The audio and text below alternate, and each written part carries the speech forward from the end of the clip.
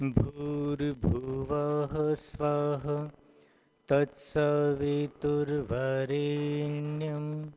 भर्गो देवस्य धीमहि धियो यो नः प्रचोदयात्। ॐ शान्तिः शान्तिः शान्तिः। ओम। हमारा जो आज का सत्र था, रात्रि में अग्निहोत्र कर सकते हैं अथवा नहीं, इसमें केवल पक्ष की प्रस्तुति हुई है, विपक्ष इसमें नहीं है। और पक्ष के तीनों वक्ताओं ने अपने बातें रखी, तीनों ने अपने मंतव्य रखे। तो मैं अब आदरणीय अध्यक्ष जी की अनुमति से ये चाहूँगा, क्या इस सत्र को अब आगे किस रूप में वक्ताओं से संबंधित कुछ श्रोताओं से श्रोता वक्ताओं की परस्पर पहले चर्चा होगी, उसके बाद श्रोता पूछे। वो एक ही पक्ष है तो फिर भी कोई पूछना चाहे तो क्या दिक्कत? हाँ, तो श्रोताओं के अंदर से आप लोगों में से या नहीं नहीं, वक्ताओं पहले वक्ता से पूछना चाहे तो पूछ सकते हैं, फिर ठीक है, श्रोता उनके बाद पूछेंगे। ठीक है। तो वक्ताओं में से हमारे आदरणीय शिवनाथ जी से अगर कोई पूछना चाहते हैं तो हाथ जी, तुरंजय जी, कोडलेस माइक दे दो। ओम ओम। एक मिनट, कोई प्रश्न आए उससे पहले मैं खुद एक स्पष्टीकरण कर देना चाहता हूँ।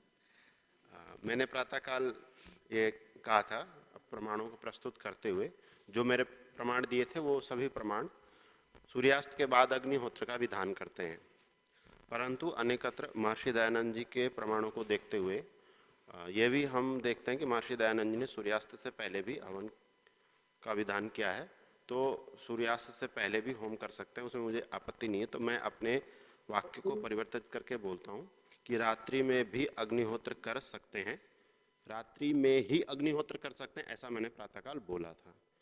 चूंकि महर्षि दयानंद जी को हम सभी प्रमाण मानते हैं, वे ऋषि हैं, उन्होंने यदि सूर्यास्त से पहले अग्निहोत्र का विधान किया है तो वो भी स्वीकार्य है। अब कोई प्रश्न करना चाहे तो कर सकते। मेरा प्रश्न इसी विषय पे था, अभी मुझे कुछ नहीं पूछना। और कोई जो शिवनाथ जी से पूछना चाहते हो? हाँ, और कोई वक्ता जो है हमारे तीनों वक्ताओं में से? आचार्य जी आए नहीं। आचार्य भद्रकाम जी नहीं आई, तो ठीक है। तो अब श्रोताओं में से कोई ब्रह्मचारी शिवनाथ जी से कुछ पूछना चाहते हो?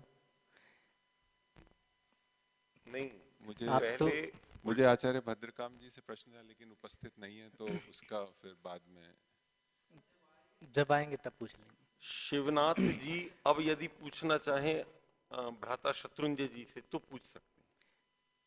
एक बार इनका कर ले। नहीं पूछ, हाँ, अब हाँ, अब आप में से श्रोताओं में से कोई शिवनाथ जी से अथवा प्रोफेसर शत्रुंजय जी से कोई पूछना चाहे तो? स्वामी जी महाराज, रमन जी, वो माइक दे दो। स्वामी जी, आप किन से पूछना चाहते हैं? किन से पूछें स्वामी जी आप? ये किन? कहा जा रहा है कि रात्रि में भी अग्निहोत्र कर सकते हैं। जी, हाँ, तो वो रात्रि का कितना अर्थ लेना चाहिए? ओम। शिवनाथ जी यहाँ आ जाइए आगे।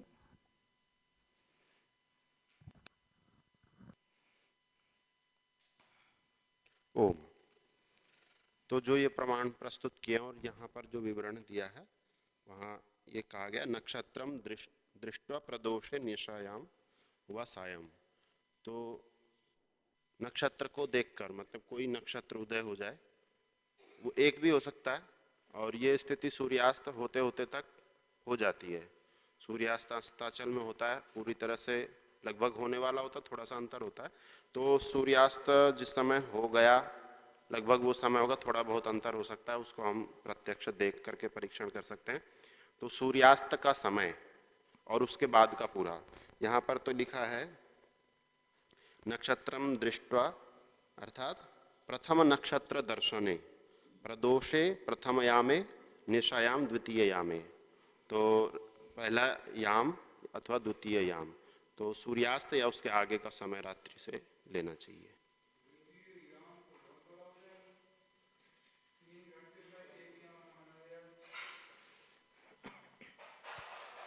तीन घंटे का एक याम होता है, जी तो यदि द्वितीय याम में भी फिर तो 9 बजे के बाद भी होगा। हाँ, हो सकता है। हाँ जी, 12 बजे तक चलेगा वो दूसरा याम। जो लिखा है उसके अनुसार। 11:59 तक। आचार्य रमन जी, एक माइक मिनट, माइक एक मिनट आचार्य, मैं इसमें एक थोड़ा सा स्पष्टीकरण ये कह दूं कि 12 बजे और 11 बजे ये जो है प्राचीन विधा में हमारे होता नहीं था, और जो आज दिन और रात्रि का निर्धारण हम इन AM PM के अनुसार करते हैं, पर जो हमारी प्राचीन व्यवस्था सूर्यास्त और सूर्योदय को आधार मान करके दिन और रात्रि की गणना होती थी, तो वो 12 बजे वाली बात एकदम से वो नहीं होगी। तो उस दृष्टि से द्वितीय याम तक में भी कहा जा रहा है। हाँ, द्वितीय याम विकल्प विकल्प के रूप में विकल्प से, विकल्प से। तो द्वितीय याम एक याम 3 घंटे का तो माना जाता है। 8 याम होते हैं, 4 याम दिन में और 4 याम रात्रि में, तो बांटने पर 3 घंटा एक याम का हुआ। तो दूसरे याम में भी 9 बजे के बाद भी कर सकते हैं, लेकिन 12 बजे से पहले। ठीक है, इसमें कोई आपत्ति नहीं है। आप कुछ कहना चाहिए?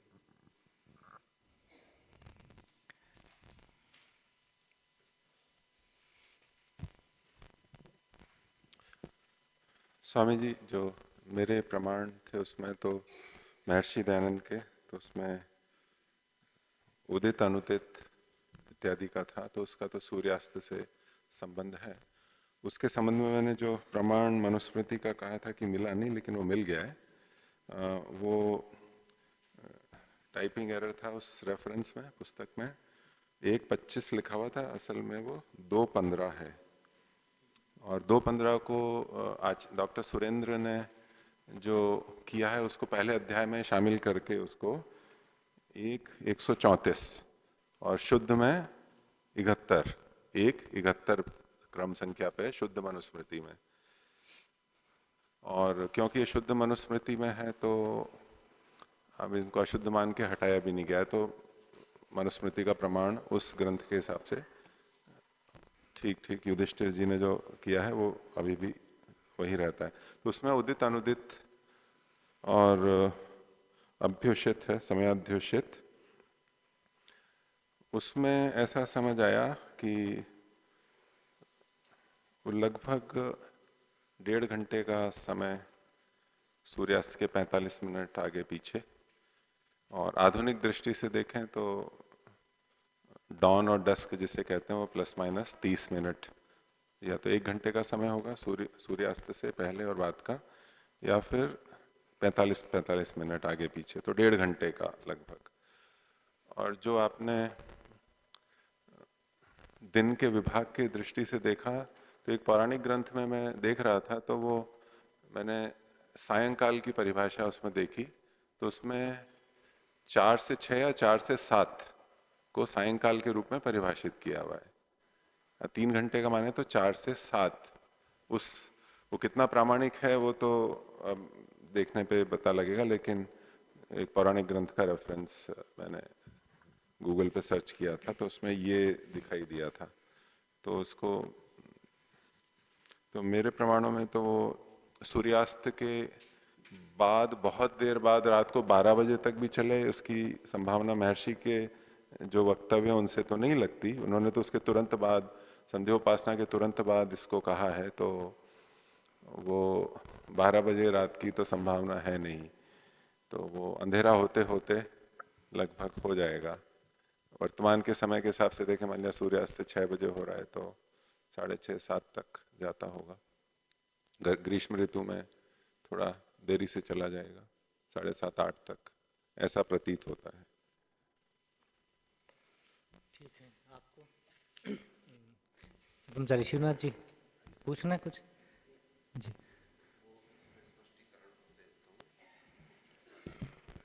ओम।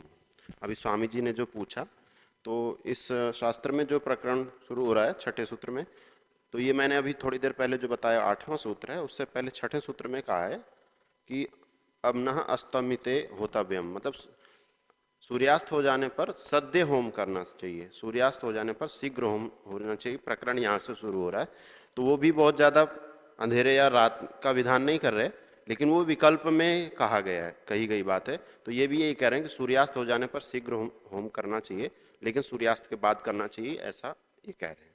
ठीक।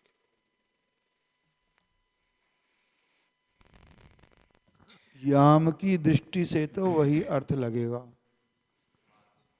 प्रथम या द्वितीय याम की बात कही जा रही है, तो 4-4 याम होते हैं दोनों दिन और रात्रि के, और वो मध्य भाग से लें तो 3-3 घंटे का एक याम बैठेगा। यदि दोनों याम की बात कही जा रही है शाम को, तो वो तो 12 बजे रात्रि तक ही पहुंचेगा सामान्यतया। हाँ, मध्य रात्रि तक।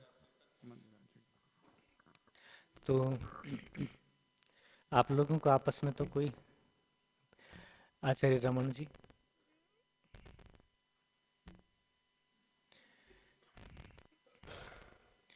आचार्य रमन जी को माइक दे दो।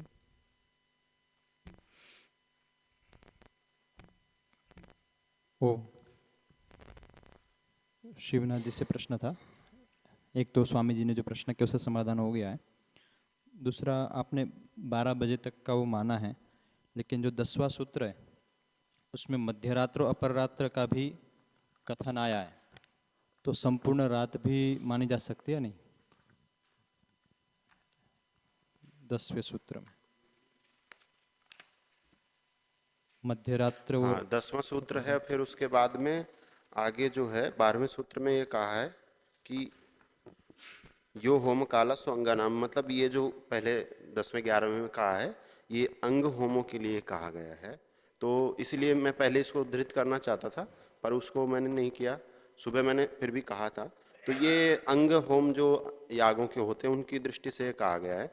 तो मध्य रात्रि आदि और सोम याग, मतलब जो श्रौत याग हैं, उनमें से अनेक याग मैं समझता हूँ रात्रि में, जो जिन्होंने देखा है वो अच्छे से बता सकते हैं कि मध्य रात्रि में भी होते हैं, या उसके मतलब, हाँ, अतिरात्र जो है तो वो रात्रि में भी होते हैं, वो 12 बजे भी हो सकता है।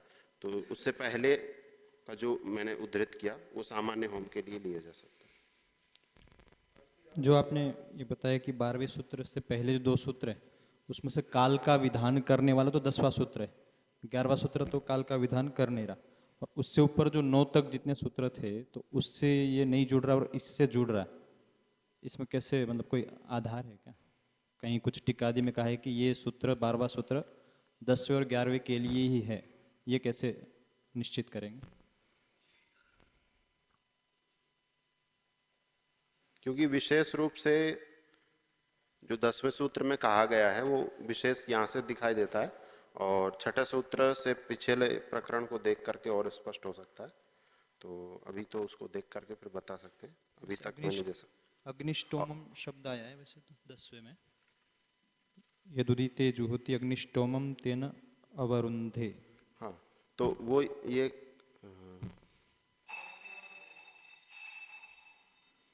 मतलब उदित में ये तो पूरे दिन का ही कहा गया है। तो जो सूर्योदय होने पर होम करता है वो अग्निष्टोम को अवरुद्ध कर लेता है, अर्थात अग्निष्टोम के फल को प्राप्त कर लेता है।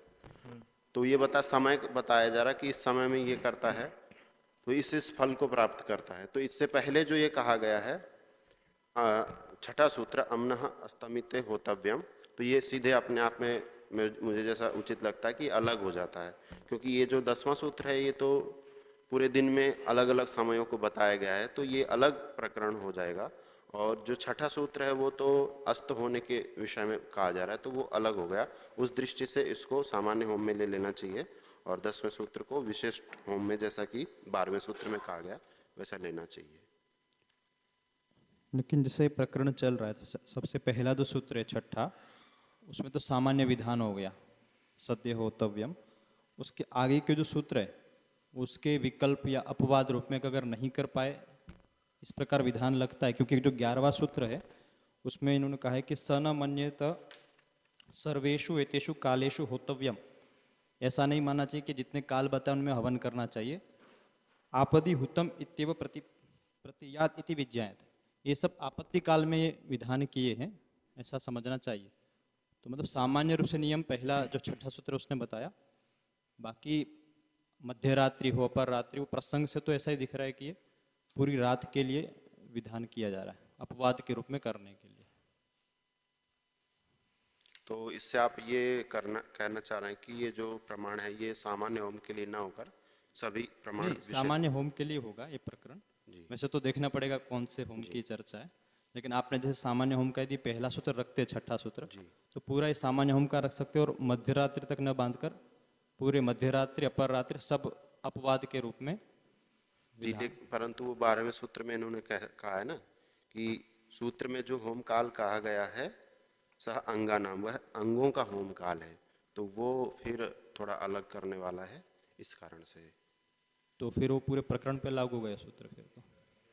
फिर वो ये अग्निहोत्र के लिए आवश्यक आधार रखना पड़ेगा, किस आधार पर अग्निहोत्र पे लागू होगा। ठीक है, इस पे और देख करके कह सकते हैं। बाकी वो जो पहला मैंने इसमें नहीं है, मैंने बाद में समूह में डाला था कि वो अमावस्या से संबंधित जो प्रमाण था वो भी एक है कि अमावस्या वो सान्नाय आरंभ वहाँ से कि अग्निहोत्र दैनिक अग्निहोत्र प्रारंभ करेगा तो पर्व याग से ही शुरू कर, जो पर्व का अग्निहोत्र है अमावस्या से करेगा, फिर प्रतिदिन करेगा, तो उसका ही समय वहाँ पर रात्रि काल बताया है। तो उस दृष्टि से दैनिक अग्निहोत्री में भी दैनिक अग्निहोत्री भी रात्रि में आ जाएगा। ठीक है, बाकी ये प्रकरण अभी मतलब सामान्य यज्ञ के लिए विचारणीय अभी। ठीक है, ठीक है, धन्यवाद। हाँ आप मुनि सत्य हैं आप। एक मिनट कुछ कहना चाह रहे हैं।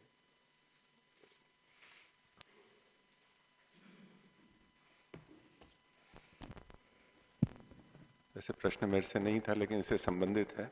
तो मनुस्मृति में जो 2:15 जो अभी 1:34 या 1:71 स्थान पे है, उसका भाष्य करते हुए मैं पढ़ देता हूँ। उदिते सूर्योदय के समय, च अनुदिते और सूर्यास्त के समय, तथा समयाध्युषिते समय के अतिक्रमण हो जाने पर, अर्थात उदित और अनुदित में अगर नहीं कर पाए, अर्थात प्रत्येक अथवा किसी भी निर्धारित समय में, जैसे किसी विशेष उपलक्षण में आयोजित यज्ञ सर्वथा यज्ञ वर्तते, सब स्थितियों में यज्ञ कर लेना चाहिए।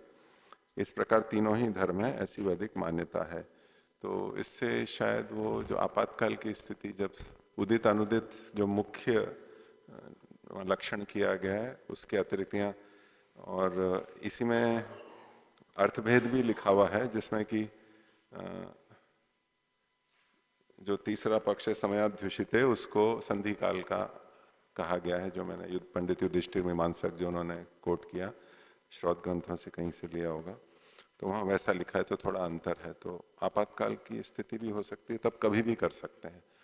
और उस संदर्भ में बात आ रही थी कि ये जो गार्हपत्य अग्नि की जब स्थापना हो रही है विवाह के बाद, उसके बाद निश्चित करना होता है कि किस समय करना है, और जीवन पर्यंत उसी समय करने का प्रावधान है, और उस समय ना करें तो उसके लिए प्रायश्चित्त का प्रावधान है। ऐसा नहीं है कि अपनी मर्जी से कभी सूर्योदय से उदित कर लिया, कभी अनुदित कर लिया। तो वहाँ ये प्रतीत होता है कि निश्चित कर लें और फिर उसी का पालन करें धर्म के रूप में।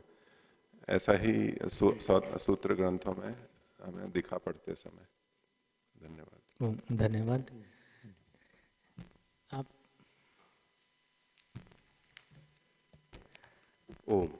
तो अभी जो आचार्य रमण जी ने जो पूछा उसका समाधान मिल गया। जो इस पुस्तक में जो छठा प्रश्न प्रारंभ हो रहा है, ये पुस्तक प्रश्नों में, ये आपस्तंभ श्रौत सूत्र प्रश्नों में विभाजित है। तो जो प्रश्न प्रारंभ हो रहा है तो उसमें विषय का निर्धारण करते हैं। तो अधिकरण की दृष्टि से सूत्र से पहले जिन्होंने भी ये व्याख्याकार हैं या परंपरा से आया होगा, तो उसमें उन्होंने अग्निहोत्र व्याख्यानम लिखा है। और उसके बाद में भी ये पहली कंडिका है, दूसरी कंडिका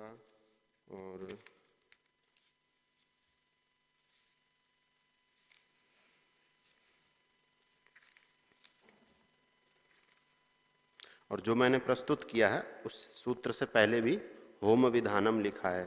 और चतुर्थी कंडिका जहाँ प्रारंभ हो रही है, चतुर्थी कंडिका का छठा सूत्र मैंने प्रस्तुत किया। पहला सूत्र प्रारंभ हो रहा है जो चतुर्थी कंडिका, वहाँ पर भी अग्निहोत्राय दोहन विधि, अग्निहोत्र के लिए गोदोहन की विधि है। तो ये प्रकरण अग्निहोत्र का या होम का चल रहा है। फिर वो 10वें सूत्र में उन्होंने बता दिया कि ये इस तरह से अलग अलग समय में करते हैं तो ये इस फल को प्राप्त होता है। फिर 12वें सूत्र में बताया कि ये जो समय बताया गया है ये अंगों के लिए है। तो इससे ये पता चलता है कि वो इससे पहले जो सामान्य होम के लिए ही है। और ये और विवेचना और विश्लेषण किया जा सकता है कि ये होम जो अंग, जिस शब्द अंग शब्द से जो अर्थ ले रहे हैं वो परंपरा से क्या लिया जाता है, वो इसी होम जो दैनिक अग्निहोत्र से संबंधित कोई अंग है या श्रौत याग के जो बड़े याग हैं उनसे संबंधित कोई अंग है। तो इस प्रकरण से तो ये स्पष्ट हो गया कि ये दैनिक अग्निहोत्र होम का प्रकरण चल रहा है। तो होम के विषय में ये छठा और 8वां सूत्र प्रमाण के रूप में लिया जा सकता है। धन्यवाद। धन्यवाद। ये जो 12वां सूत्र है, जैसे इसमें अंगों का कहा जा रहा है ऐसा भी नहीं दिख रहा है। जैसे यह होम काल है, जो होम काल कहा गया सो अंगानाम, मतलब वो अंगों का भी होगा। सूत्र से तो सीधा दिखने में आ रहा है, मतलब अभी तक जो अग्निहोत्र है जिसकी भी आप जो चर्चा कर रहे वो सब अग्निहोत्र की हो गई, ऐसे ही ये अंगों पर भी लागू होगी। जी, तो ठीक है, ऐसा भी लिया जा सकता। मैं व्यावर्तक ले रहा था, मतलब इसको हटा करके तो समुच्चय के लिए भी किया जा सकता है कि भाई ये जो समय बताया है ये जो अन्य अंग है उनके लिए भी हो सकता है। तो आपने जो अर्थ किया वो भी स्वीकार किया जा सकता है। मतलब संपूर्ण रात में भी हाँ, जितने भी होम हो या याग हो उन सब में ये समय लगाया जा सकता है। मतलब ये कुल मिला के ये बताना चाह रहे हैं कि आपको अग्निहोत्र करना है, सही समय पर नहीं कर पाए तो कभी भी आप अग्निहोत्र कर लेंगे। ठीक है जी, धन्यवाद। धन्यवाद। पूज्य मुनि जी महाराज। नहीं, वो पीछे से सानंद जी, हाँ, आचार्य सानंद जी पूछना चाह रहे हैं। श्रद्धेय आचार्य भद्रकाम जी उपस्थित हो चुके हैं। आचार्य सानंद जी कुछ पूछना पीछे। हाँ, कोई बात नहीं। तो आप उनसे भी कोई आपके प्रति शंका है या वक्ताओं की आचार्य श्री के प्रति शंका है तो वो आचार्य श्री आप भी इधर आ जाएं एक बार। मैं तब तक बोल सकता हूँ। शत्रुंजय जी कुछ पूछना चाह रहे हैं, पहले वक्ताओं का ही आपस में संवाद हो।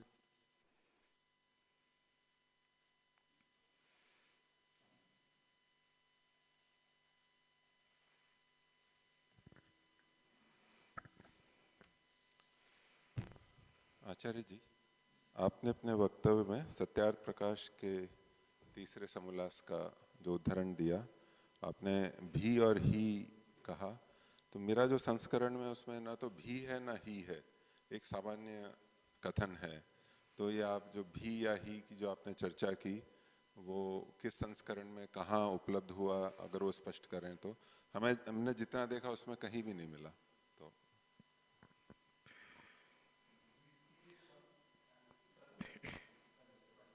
ओम द्वितीय संस्करण जो स्वामी दयानंद जी के निर्माणोपरांत 84 में छपा, उसमें है भी। और जो प्रेस कॉपी पांडुलिपि उसमें भी हमने देखा है, अच्छी प्रकार से देखा है। आप उसमें देख सकते हैं। यदि आपके पास उपलब्ध न हो तो मैं तो अभी नहीं लाया, लेकिन मैं उसकी फोटोकॉपी मंगवा सकता हूं। आजकल जो संस्करण है उनमें कहीं पर भी हटा दिया है, और एक आध जगह मुझे ध्यान नहीं है क्योंकि इन्होंने छापा था ही लगा करके, तो 50-60 संस्करण हमारे पास सत्यार्थ प्रकाश के हैं। और सत्यार्थ प्रकाश सम्मेलन हमने किया था बहुत बार, और अनेकों विद्वानों का और अक्षरशः मिलान भी किया था कई बार। तो उसमें ये पकड़ में भी आया था कि कुछ लोगों ने ये निकाल दिया है, अनुचित है। तो ये फिर हमने द्वितीय संस्करण के अनुसार ज्यों का त्यों मिलान करके, जहाँ प्रेस की कॉपी की या छपाई की कमी थी उसको पांडुलिपि से शुद्ध करके द्वितीय संस्करण की प्रति हमने छापी है। अभी तो यहाँ पुस्तक नहीं लाए हैं, जिनको चाहिए होगा हमें आप बता देंगे, एड्रेस दे देंगे, फोन पिन कोड सहित, तो प्रयास करेंगे आपको प्रति भेजने का शुद्धतम संस्करण। जी धन्यवाद। दूसरा प्रश्न, आपने अपनी बात कहते समय चलते चलते ये कहा था कि जो तारा दर्शन का जो नक्षत्र दर्शन का पुण्य नक्षत्र, हाँ, उसमें सूर्योदय के बाद सूर्य को ही मान लिया जाएगा, वो थोड़ा सा ठीक प्रतीत नहीं हो रहा है, क्योंकि तारा नक्षत्र इत्यादि इस सूर्य के संबंध में तो प्रयोग नहीं किया जाता। जी समझ गया। देखिए, विवाह संस्कार जो लोग कराते हैं उनको अच्छी प्रकार से मालूम है। विवाह संस्कार में तत्चक्षु देव से सूर्य का दर्शन करें, वधू को कराएं, ऐसा विधि है। तो विवाह संस्कार दिन में होगा तो सूर्य दर्शन और वो विधि की जाएगी, और विवाह संस्कार यदि रात्रि में है तो अरुंधति और ध्रुव तारा का दर्शन कराए जाएंगे। अब रात्रि में सूर्य नहीं है इसलिए वो विधि नहीं होगी सूर्य दर्शन वाली रात्रि में, और दिन में अरुंधति नहीं है और ध्रुव तारा नहीं है तो वो क्रिया नहीं होगी। और दूसरे दृष्टि से यदि देखा जाए तो चलिए यही ठीक है, दूसरा दृष्टिकोण छोड़ देते हैं। ठीक है। ओ नमस्ते आचार्य जी। नमस्ते। इसमें प्रश्न ये है कि अभी आपने समाधान करते हुए कहा कि विवाह संस्कार यदि दिन में हो यदि रात्रि में हो, यद्यपि प्रसंग से जुड़ा हुआ है, एकदम से संबंधित नहीं है। तो आज समाज में ये भी बात चलती, पौराणिक जगत में जो पौराणिक धर्माचार्य लोग हैं वो रात्रि के विवाह का खंडन करते हैं। तो उसमें ये है कि संस्कार विधि को देखते हुए विवाह संस्कार पूरा इस काल में हो कि कुछ तो दिन में हो जिसमें सूर्य दर्शन भी हो जाए, और कुछ रात्रि में हो जिससे नक्षत्र दर्शन भी हो जाए। यह काल सही है या वैकल्पिक होगा कि या तो दिन में करें या रात्रि में करें, या फिर ऐसा होगा कि कुछ क्रियाएं दिन में करनी है कुछ रात्रि में करनी है? तो ये जो संभव है, हो सकता है यदि लगा करके आपने कहा, क्योंकि जी समझ गया। ये बहुत लंबा चौड़ा है। एक दिन में वैसे विधिवत यदि पूरे विवाह संस्कारों कराए तो कम से कम 4 दिन लगता है, इसलिए चतुर्थी क्रम चौथे दिन है। हमने विवाह संस्कार विधि छापी है तो उसमें पूरा का पूरा 4 दिन में क्या क्या करने हैं, पूर्व विधि, उत्तर विधि, चतुर्थी कर्म और पूर्व विधि से पहले का कर्म, तो ये 4 दिन में। और हम जब गांव में हुआ करते थे आज से 40 साल पहले, तो पहले वहाँ भी 3 दिन कम से कम बारात जाती थी, रात्रि में 2 रात्रि रुकते थे और पूर्व विधि उत्तर विधि ऐसे किए जाते थे। तो संभव है कुछ दिन में कर लिया और विधि आ गई तो सूर्य दर्शन दिन में हो गए। कुछ रात्रि में 10 बजे पर्यंत ऋषि ने लिखा है कि ऐसे शुरू करे कि 10 बजे पर्यंत विवाह संस्कार पूर्ण हो जाए, पूर्व विधि। मध्य रात्रि से 10 बजे या कुछ मध्य रात्रि ऐसा है कुछ, तो संगति ठीक है, दोनों हो जाए तो अच्छा है। यदि नहीं होता है तो जो संभव है वो कर लेंगे। ठीक है, आप लोगों का हो गया। तो अब पूज्य मुनि जी कुछ कहना चाह रहे थे आप।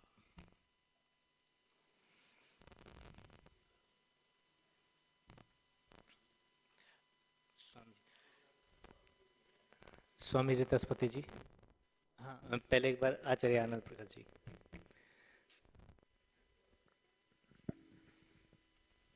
एक भाषा का सामान्य प्रवाह होता है, कोई बात कह दी सामान्य रूप से उस समय में कोई कार्य नहीं हो पा रहा तो उसके लिए थोड़ा विकल्प देते हैं।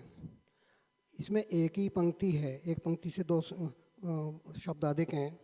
वो पंक्ति है अग्निहोत्र कर्म दोनों संधि वेला अर्थात सूर्योदय के पश्चात, प्रातःकाल सूर्योदय के पश्चात और सायंकाल सूर्यास्त से पूर्व अग्निहोत्र का समय है।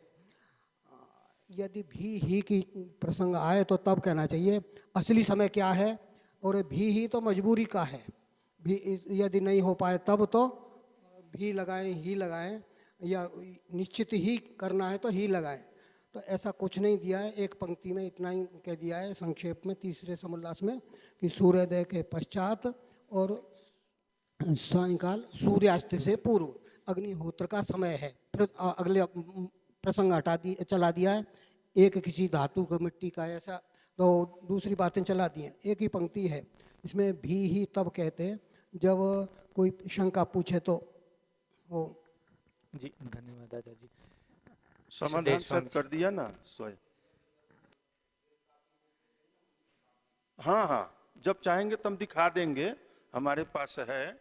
और भी ऋषि ने लिखा है, प्रेस में भेजा है, द्वितीय संस्करण में छपा है, और भी कहने से वो निकलती है बातें।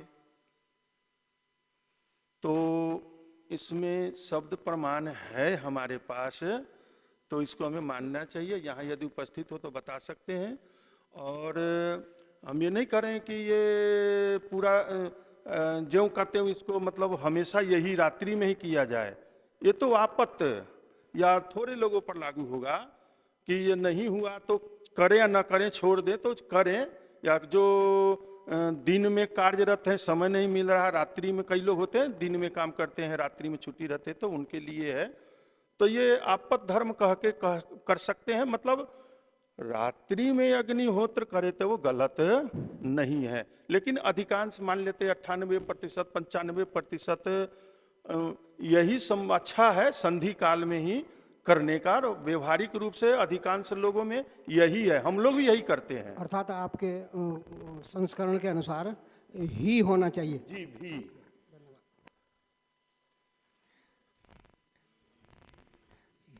भी मतलब सब जगह नहीं है, एक आध जगह कहीं पर देखने में आया था मिलान करते समय, तो ही पर मैं ज्यादा वो नहीं दूंगा क्योंकि हमारे पास वो नहीं है इस समय। देखना ढूंढना पड़ेगा, बहुत समय लगेगा कहाँ किस संस्करण में था, लेकिन भी है निश्चित। जी मुनि जी। ओम। सत्यार्थ प्रकाश में जो ऐसे पाठांतर मिलते हैं उससे संबंधित जो परिचर्चा चलती है या विवाद है, वो तो एक मौलिक विवाद है, मैं उसमें नहीं जाना चाह रहा हूँ। लेकिन मैं कुछ दूसरे पक्ष की बात भी स्पष्ट करना चाहता हूँ कि आपने ध्यान दिया होगा कि आचार्य भद्रकाम जी ने एक तो प्रेस कॉपी का वर्णन किया और दूसरा द्वितीय संस्करण का उल्लेख किया। द्वितीय संस्करण जो छपा वो प्रेस कॉपी के अनुसार छपा है, मूल प्रति का आपने कोई उल्लेख नहीं किया है। तो उन लोगों का मानना यह है कि मूल के बाद में फिर प्रेस कॉपी बनी, नकल करके फिर उसमें भी संशोधन हो गए, तो प्रेस कॉपी ही मुख्य है। परोपकारिणी सभा का ये मानना है कि मूल प्रति ही वास्तविक है, प्रेस कॉपी में लिखते हुए, नकल करते हुए बहुत सारी त्रुटियां हुई हैं। तो ये जो हमें उपलब्ध हो रहा है परोपकारिणी सभा का जो आप कह रहे हैं वो मूल प्रति के अनुसार है, उसमें न ही है न भी है जो यहाँ पर है। तो इसलिए ऐसा ना कहा जाए कि प्रेस कॉपी और द्वितीय संस्करण ये तो प्रामाणिक है, महर्षि का वचन है, मूल प्रति में वो नहीं है। अब हम ये विवेचना कर सकते हैं कि मूल प्रति के बाद प्रेस प्रति में, मुद्रण प्रति में वहाँ कुछ परिवर्तन हो गया जो कि द्वितीय संस्करण में भी परिलक्षित हुआ। और प्रसंग और वाक्य रचना के अनुसार ये जो भी है जिसका कि सार्थकता नहीं है, जो जैसा कि आचार्य आनंद प्रकाश जी ने बात की, ये अटपटा था। तो उस अटपटेपन को दूर करने के लिए जो अन्यों ने, कईयों ने अच्छी भावना से जो प्रयास किए, तो उन्होंने भी की जगह ही लिख दिया। ये जो अंतर हुआ ये तो संशोधन की दृष्टि से हुआ, लेकिन जब बाद में मूल प्रति को देखा गया तो उसमें न ही है न भी है, ऐसी मेरी जानकारी है। इसलिए अभी जो उपलब्ध है वो बिना ही और भी के हैं। तो ये जो है बिना ही और भी वाला, इसको भी शब्द प्रमाण या महर्षि के वचन से रहित है ऐसा नहीं कहना चाहिए, वो भी मूल प्रतीक है।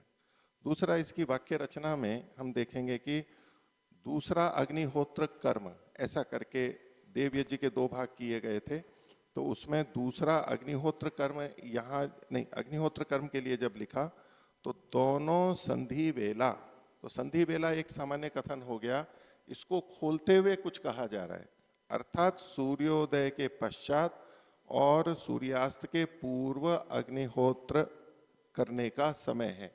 तो ये संधि वेला को ही खोला जा रहा है, इसमें ही और भी का कोई प्रसंग नहीं है। भी का तब करते जब कोई पहले से अन्य प्राप्त होता हो, वो यहाँ पर महर्षि की भाषा में नहीं है, इसलिए भी का जोड़ा जाना गलती से या जैसे भी हुआ, ये भाषा की दृष्टि से भी संगत नहीं है, वाक्य रचना की दृष्टि से। और उसमें फिर किसी ने ही कर दिया तो नियम बनाने के लिए वो ही भी गलत हो गया, भी गलत था और ही किया वो भी गलत हो गया। क्योंकि अगर हम ऐसा करते हैं तो जो अन्य हमारे शास्त्रों के वचनों से भी विरोध आ रहा है, जबकि हम अन्य शास्त्रों के वचन देख रहे हैं तो वहां पर एक विकल्प के रूप में दिया गया है, मुख्य काल ये हो गया, लेकिन अन्य समय भी कर सकते हैं, ये मुख्य समय हो गया। बाकी अपवाद के रूप में स्पष्ट लिखा ही है, तो उसके अनुरूप ये हो सकता है बिना ही और भी वाला। ओ जी, मैं निवेदन करना चाहूँगा, अब मूल प्रति में मैंने देखा नहीं, हालांकि मेरे पास मूल प्रति पांडुलिपि भी है, तो उसका मुझे ध्यान नहीं है या नहीं है, लेकिन प्रेस कॉपी में है, द्वितीय संस्करण में है, और वो भी देखा जा सकता है, मैं देख लूंगा उसको भी। और जहाँ तक ये परोपकारी से सभा है, जिसका छपा है सत्यार प्रकाश, जिसके संपादक अपने आचार्य प्रवर देवकर्णी जी हैं, ये जो संस्करण है मैंने इसको खूब मिलान किया। परोपकारी में हम आए भी थे, यहाँ रुके, जब आप वहाँ नहीं रहते थे, धर्मवीर जी थे, मिलान करने के लिए, तो मिलान किया। तो ये जो परोपकारी से वर्तमान में जो देवकर्णी जी का संस्करण छप रहा है, मैं पूरा इस बात को जोर देकर कह रहा हूँ, अच्छी प्रकार से परीक्षण करने के बाद में मैंने ये निष्कर्ष देखा, और आप लोग चाहेंगे तो मैं इसको सिद्ध कर सकता हूँ, ये संस्करण न तो ज्यों का त्यों मूल प्रति के अनुसार है, न प्रेस कॉपी के अनुसार है, न द्वितीय संस्करण के अनुसार है। ये बात को मैं बहुत अच्छी प्रकार से सोच समझ के कह रहा हूं, जो कोई चाहे हमारे साथ बैठ करके मिलान करके देख सकते हैं। और जो भी से अंतर नहीं पड़ता, आचार्य मुनि जी, भी से अंतर पड़ता है, विकल्प हो जाता है पहले या बाद में, और पहले करो बाद में करो, इस प्रकार के प्रमाण मनुस्मृति का भी आया।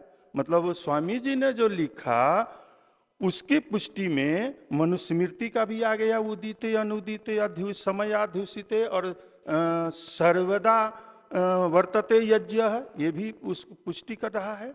और इस प्रकार का वाक्य मुझे जहाँ तक ध्यान आ रहा, महाभाष्य पढ़ते समय कहीं पर उदाहरण के रूप में भी इस प्रकार का वाक्य आया था, और गृह सूत्र भी पढ़ते समय मुझे इस प्रकार का वहाँ भी कहीं न कहीं मूल में या टिप्पणी में आया था। अब तब मुझे पढ़ते समय यह नहीं था कि इस वाक्य की हमें आवश्यकता पड़ेगी, मैं उसका एड्रेस लिख लूँ, वो एड्रेस नहीं है हमारे पास।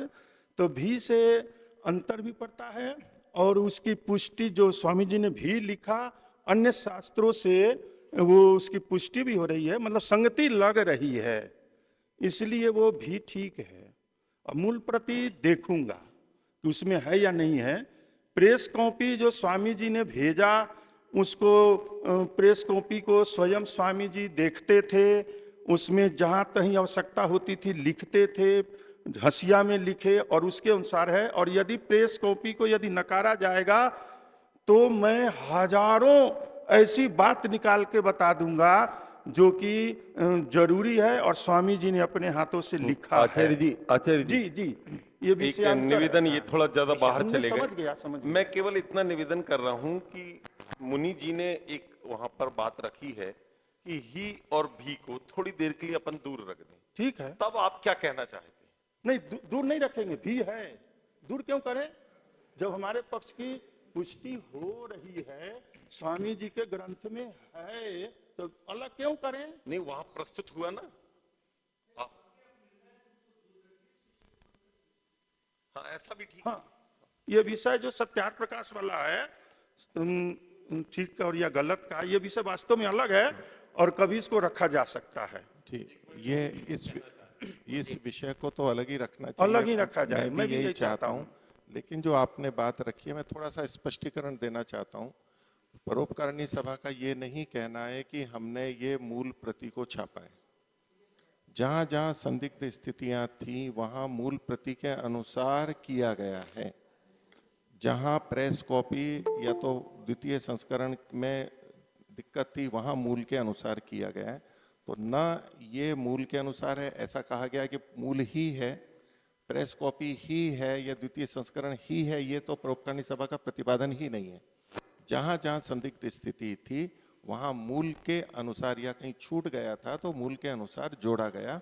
ये वास्तविकता है कि ये किसी भी के अनुसार जू का तू नहीं है, तो ये तो स्वयं स्वीकार करते हैं। और दूसरा, इसमें त्रुटियां हैं, इसको भी परोपकारिणी सभा स्वीकार। मेरी बात पूरी हो जाए। जी। दूसरा, परोपकारिणी सभा भी ये नहीं कहती कि इसमें त्रुटियां नहीं हैं, बाद में भी संशोधन किए गए हैं। और धर्मवीर जी अंत तक कहते थे कि इसमें और त्रुटि होगी तो हम इसमें और आवश्यक हुआ तो संशोधन करेंगे। तो इसलिए उस रूप में प्रस्तुत न किया जाए जैसा कि परोपकारिणी सभा कहती ही नहीं है, और वो कह करके फिर आप आलोचना करें, वो ठीक नहीं है। अभी केवल इस विषय में हम केवल इस पंक्ति के लिए मूल प्रति आपने नहीं देखी है तो देख लेंगे, वो निर्णय हो जाएगा। और वैसे इससे हमारे इस प्रसंग में कोई अंतर नहीं आ रहा है विशेष। जो हम निर्णय पे पहुंच रहे हैं, आप तीनों ने जो प्रस्तुति दी है उसमें कोई अंतर भी नहीं है कि ये इतना महत्वपूर्ण हो जिससे कि निर्णय में अंतर आए हो। नहीं, एक चूंकि ये बातें आई तो मैं एक निवेदन कर दूं। देवकर्णी जी ने संपादकीय में, अच्छा ठीक है, आचार्य जी मैं तो वो इसलिए दोनों बोल ही रहा था बातें कि आ गई हैं। नहीं, मैं इसलिए बोल रहा था क्योंकि उन्होंने बोला, अभी वो फिर बोलेंगे तो फिर मेरे को बोलना होगा, तो इसलिए कृपया इस विषय को अध्यक्ष महोदय बिल्कुल बंद रखें। कुछ समय के लिए ठीक है, सत्यार्थ अपन प्रकाश बाद को में हम- देख लेंगे। बंद ठीक है। जब प्रसंग आता है तो बोलना पड़ता है, इसीलिए मैं कह रहा था जब आएगा तो बोलेंगे, बताएंगे। ठीक है जी। इस स्वामी जी महाराज कुछ कहना चाहे, माइक्रोफोन चाहते हैं स्वामी जी महाराज। स्वामी जी को दे दो, माइक दे दो।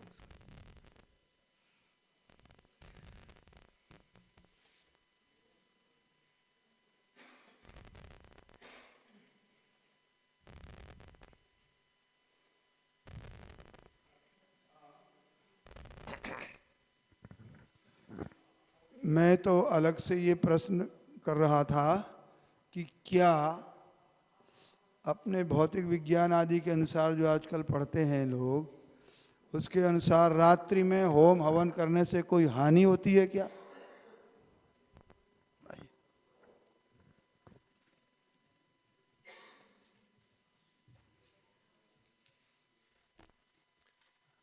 जी नहीं होती, ऐसा कोई प्रतिपादन आधुनिक विज्ञान का नहीं है कि उससे कोई हानि होती है जी। और जैसा मैंने प्रस्तुत किया वो प्रतिपादन करेंगे तो विज्ञान की आधी चीजें बंद हो जाएंगी, तो वो शायद प्रतिपादन करेंगे भी नहीं।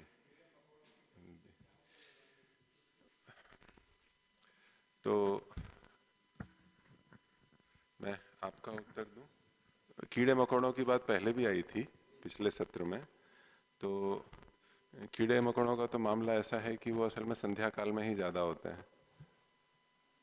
डॉन और डस्ट के आगे पीछे जो फॉगिंग होती है मच्छरों को भगाने की, उस समय सक्रिय सबसे ज्यादा मच्छर उसी समय की जाती है। सूर्योदय के समय आधा घंटा इधर उधर, सूर्यास्त के समय आधा घंटा इधर उधर, और सबसे प्रभावी वही होता है कि उसी समय मारा जा सकता है क्योंकि वो सक्रिय होते हैं। तो वो तो रात्रि तक बात ही नहीं जाएगी, वो तो संध्या काल पे ही दोष आ जाएगा। और अगर संध्या काल में माना गया तो वो तो फिर उससे, लेकिन वैज्ञानिक और कीड़े मकोड़े सब जगह होते नहीं है और उसके प्रबंध किया जा सकता है। जैसे वर्षा ऋतु होती ना, तो वर्षा ऋतु में ये संधि काल में ही कीड़े मकोड़ों का बाहुल्य होता हो ऐसा नहीं लगता। होता है, वहाँ भी होता है, लेकिन रात में भी आप देखेंगे जहाँ जहाँ बल्ब जलते कितने सारे कीड़े इकट्ठे होते हैं, मर जाते हैं। तो ऐसी स्थिति में या तो तो हम वहाँ करें नहीं अग्निहोत्र, और करना ही है तो फिर ऐसे स्थान पे करें कि जहाँ पर कीड़ों का मतलब बाहुल्य ना हो या कीड़े कम हो। मैं सिर्फ ऊहा कर रहा हूँ कि शायद कीड़े मकोड़े मर जाते हैं, ये हमारी वर्तमान की सोची भी समस्या है। वैदिक काल में उसको समस्या माना भी जाता था कि नहीं, वो ऐसा कुछ मंतव्य मिलता नहीं है। हम शायद अहिंसा की उस परिभाषा में घुस गए जहाँ कोई भी ना मरे, किसी तरह से ना मरे। तो शास्त्र में तो ऐसा कुछ वर्णन अभी तक तो मुझे मिला नहीं, लेकिन हाँ वर्तमान की जो हमारी इस मामले में संवेदनाएं हैं, संवेदनशीलता हैं, उसके कारण से प्रश्न उठते हैं। तो उसके आधुनिक समाधान भी उपलब्ध हैं, उसको किया जा सकता। जरूरी नहीं कि बाहर करना है, घर के अंदर कर सकते हैं। खिड़कियों में जालियाँ होती हैं, एयर कर्टेन्स होते हैं, खाना बनता है, रेस्टोरेंट्स चलते हैं, वो सब उसका समाधान तो संभव है। कोई असंभव कार्य नहीं है वर्तमान में। और जो आया था कि कीड़े क्यों उत्पन्न होते हैं, पिछली बार चर्चा हुई थी, वो तो गंदगी समस्या इत्यादि के कारण अधिक उत्पन्न होते हैं। वर्षा ऋतु की बात है तो व्यवस्था की जा सकती है, ऐसा प्रतीत होता है। जी। ओम, मैं आदरणीय अध्यक्ष जी से अनुरोध करता हूं कि अगर मैं भी कुछ कहूं तो थोड़ा सा श्रोताओं की तरफ से, श्रोता के रूप में इसी से संबंधित। कह सकते हैं। 1984 के अंदर भोपाल गैस त्रासदी कांड हुआ था, रात को हुआ था वो। नहीं, मैं एक स्वामी जी के उत्तर के रूप में कुछ अपनी बात कह रहा हूँ। वो ये कह रहा हूँ कि रात्रि के अंदर भी उतना ही लाभ करता है जितना दिन के अंदर करता है। हो गई आपकी बात, ये पिछली बार हो गई थी। हाँ, ठीक है। उन्होंने एक छोटी सी सूचना जैसी कही, धन्यवाद आपका। और वहाँ पीछे सानंद जी, अच्छा नहीं, हाँ। मुनि रितमा जी बड़ी देर से कह रही हैं। ओम, ये महर्षि दयानंद सरस्वती का हमें वचन मिलता है जिसमें उन्होंने कहा है कि जो विहित है वो धर्म है और जो विहित नहीं है वो अधर्म है।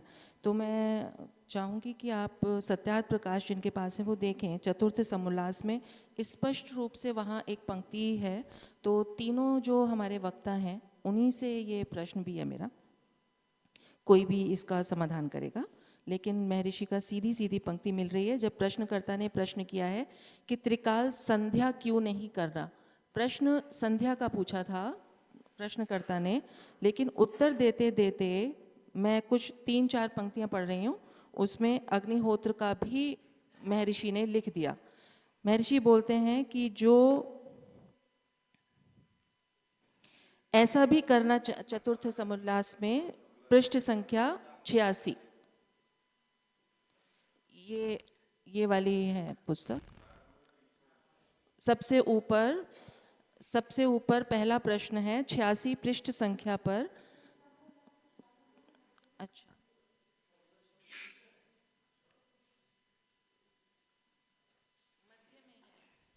मध्य में है। हाँ, ये विवाह के लक्षण वाला प्रकरण चल रहा था, उसके बाद प्रश्न उत्तर प्रारंभ हुए हैं जहाँ से। पृष्ठ संख्या देखिए 86 है।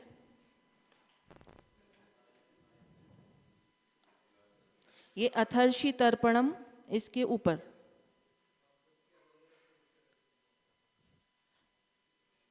अथर्षि तर्पणम, इसके ऊपर प्रश्न है त्रिकाल संध्या क्यों नहीं करना, प्रश्नकर्ता ने पूछा। तो मैं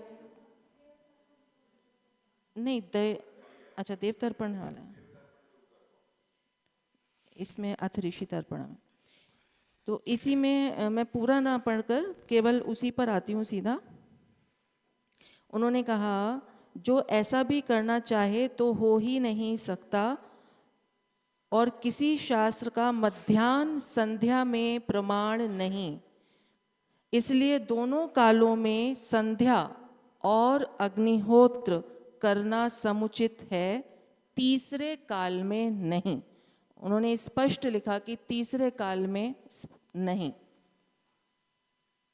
संध्या और अग्निहोत्र के लिए उन्होंने 2 ही संधि काल बोले, तीसरा काल निषेध में बताया है। धन्यवाद जी। शत्रुंजय जी, आपने तीनों से प्रश्न पूछा था, ये प्रश्न मेरे पे लागू नहीं होता।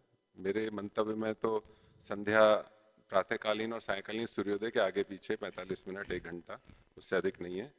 अन्य दो वक्ताओं भी जिन्होंने कहा कि रात को भी हो सकता है, कभी भी हो सकता है, तो जो उसका रात्रि उत्तर में है। अग्निहोत्र कर सकते हैं। मेरे पक्ष में ये प्रश्न नहीं जाएगा। धन्यवाद। ब्रह्मचारी शिवनाथ जी, आप कुछ कहना चाहेंगे इस विषय में?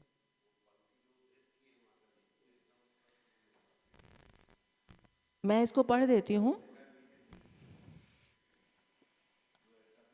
अन्य श्रोताओं के लिए पढ़ देती हूँ कि प्रश्नकर्ता ने कहा त्रिकाल संध्या क्यों नहीं करना, तो उत्तर में महर्षि लिखते हैं कि 3 समय में संधि नहीं होती है, प्रकाश और अंधकार की संधि भी सायं प्रातः 2 ही बेला में होती है।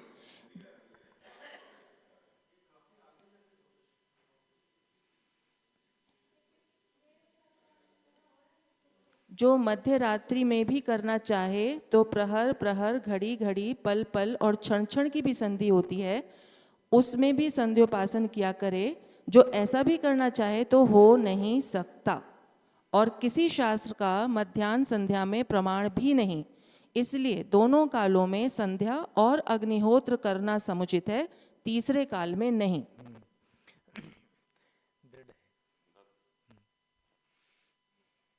इसमें एक और प्रतीत होता है कि मध्याह्न मतलब दोपहर की बात कर रहे हैं, तो महर्षि के हिसाब से रात्रि तो वैसे ही उन्होंने हटा दी। अगर इस वाक्य को हम थोड़ा सा देखें तो वो तो दिन के समय की बात कर रहे हैं, सूर्योदय सूर्यास्त और जब सूर्य ऊपर है मध्याह्न काल का, ऐसा तात्पर्य महर्षि का दिखता है। ओम। तो आदरणीय शत्रुंजय जी ने जो प्रमाण प्रस्तुत किए थे उसमें संध्या को लेकर के प्रमाण प्रस्तुत किए थे कि संध्या के समय में उपासना ध्यान के लिए कहा गया और उसके बाद में हवन करना है। तो जो संधि काल है उस समय जब हम संध्या करेंगे बाद में हवन करेंगे, तो वो संध्या से भिन्न काल तो अग्निहोत्र का महर्षि के द्वारा प्रतिपादित वाक्य में भी हो ही गया। तो जैसा आपने समाधान प्रस्तुत किया वही उचित लगता है कि मध्य रात्रि या दोपहर में ऐसे समय को वो मोटा मोटा हटाना चाहते हैं, यही समाधान लगता है। और मैंने प्रसंगवशात वो आपस्तंभ आदि के प्रकरण उद्धृत किए हैं। हाँ, एकदम से वैसा मैं पक्षधर नहीं हूँ, और भी विचार कर सकते हैं, लेकिन मैं उसका मना भी नहीं कर रहा हूँ। मुख्य बात यह है कि रात्रि में भी अग्निहोत्र हो सकता है या नहीं हो सकता, तो हो सकता है। तो महर्षि के वचनों से भी मिल रहा है, अन्य शास्त्रों के थोड़ा अधिक समय का अतिक्रांत है, तो वो हम दोनों को ही प्रमाण मान सकते हैं, केवल महर्षि नहीं। और महर्षि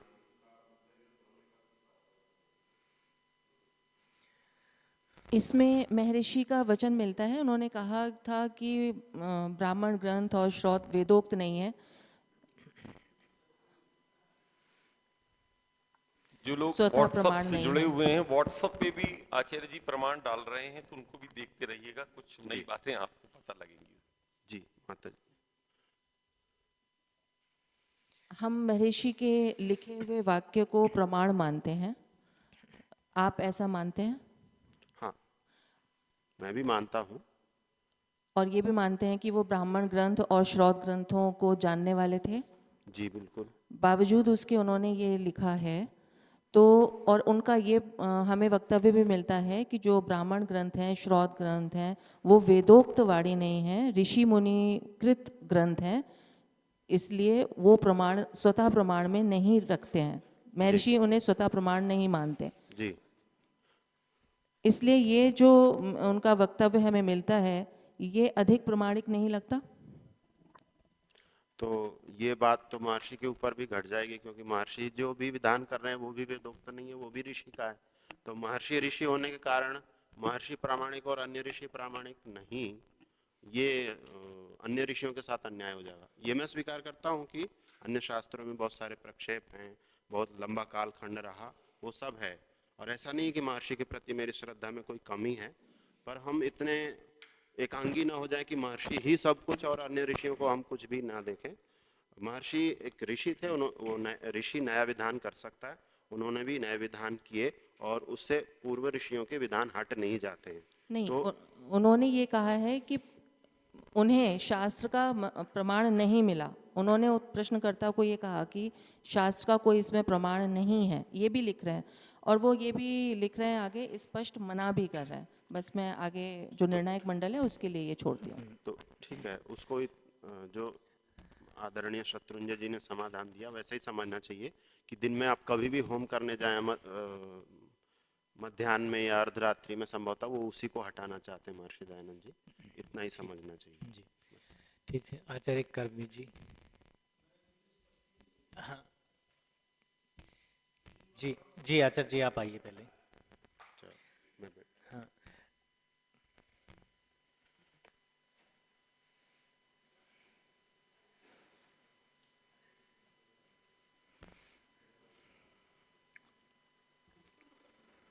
ओम। महानुभावों, ये सत्यार्थ प्रकाश में त्रिकाल संध्या क्यों नहीं और उसके अंतर्गत ये बातें लिखी गई है जिसको मुनि रितिमा जी ने प्रकट किया। ये ऊपर जो ये नीचे लिखा गया अनुवाद है, ये अथर्ववेद का वो मंत्र है, ब्राह्मण ग्रंथ का भी वो के प्रमाण, और नीचे मनुस्मृति 3 ग्रंथ का है। तो एक बार 2 पंक्ति 3 पंक्ति पढ़ने से और क्लियर हो जाता है। जो संध्या काल में होम होता है वह हुत द्रव्य प्रातः काल तक वायु शुद्धि द्वारा सुखकारी होता है। जो अग्नि में प्रातः काल में होम किया जाता है वह हुत द्रव्य सायंकाल पर्यंत वायु के शुद्धि द्वारा बल बुद्धि और आरोग्य कारक होता है। ये अथर्ववेद के मंत्र का वो अर्थ हो गया। इसलिए दिन और रात्रि के संधि में अर्थात सूर्योदय और अस्त समय में परमेश्वर का ध्यान और अग्निहोत्र अवश्य करना चाहिए। ये ब्राह्मण ग्रंथ का ये अर्थ किए। और जो ये दोनों काम सायं और प्रातः काल में न करे उसको सज्जन लोग सब द्विजों के कर्मों से बाहर निकाल देवें, अर्थात उससे शूद्रवत समझे। ये मनुस्मृति का अर्थ लिखा। अब इस पर प्रश्न, त्रिकाल संध्या क्यों नहीं करनी? उत्तर, 3 समय में संधि नहीं होती। प्रकाश और अंधकार की संधि भी सायं प्रातः 2 ही बेला में होती है। जो इसको न मानकर मध्याह्न काल में तीसरी संध्या माने वह मध्य रात्रि में भी संध्योपासन क्यों न करे? जो मध्य रात्रि में भी करना चाहे तो प्रहर प्रहर, घड़ी घड़ी, पल पल और क्षण क्षण की भी संधि होती है, उनमें भी संध्योपासन किया करे। जो ऐसा भी करना चाहे तो हो ही नहीं सकता। और किसी शास्त्र का मध्याह्न संध्या में प्रमाण भी नहीं।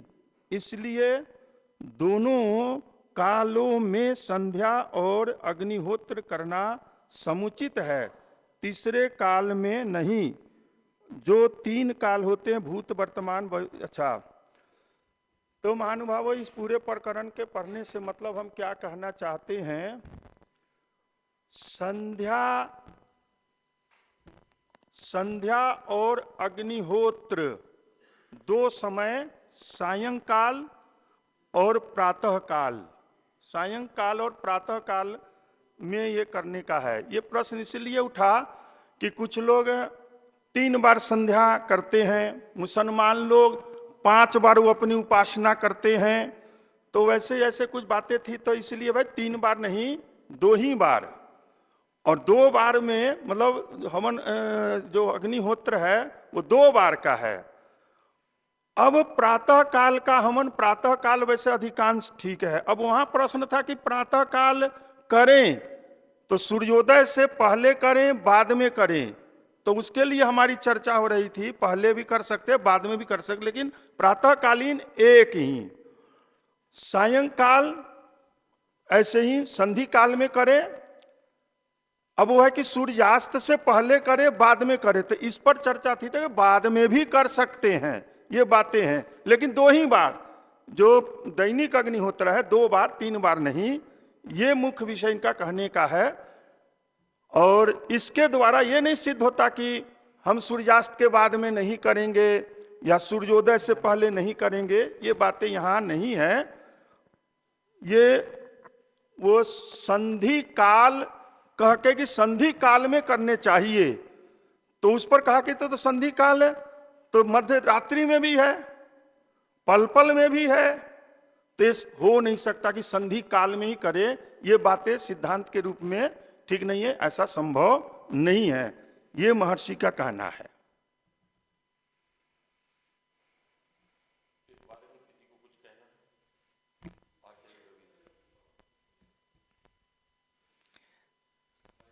आचार्य रविंद्र जी।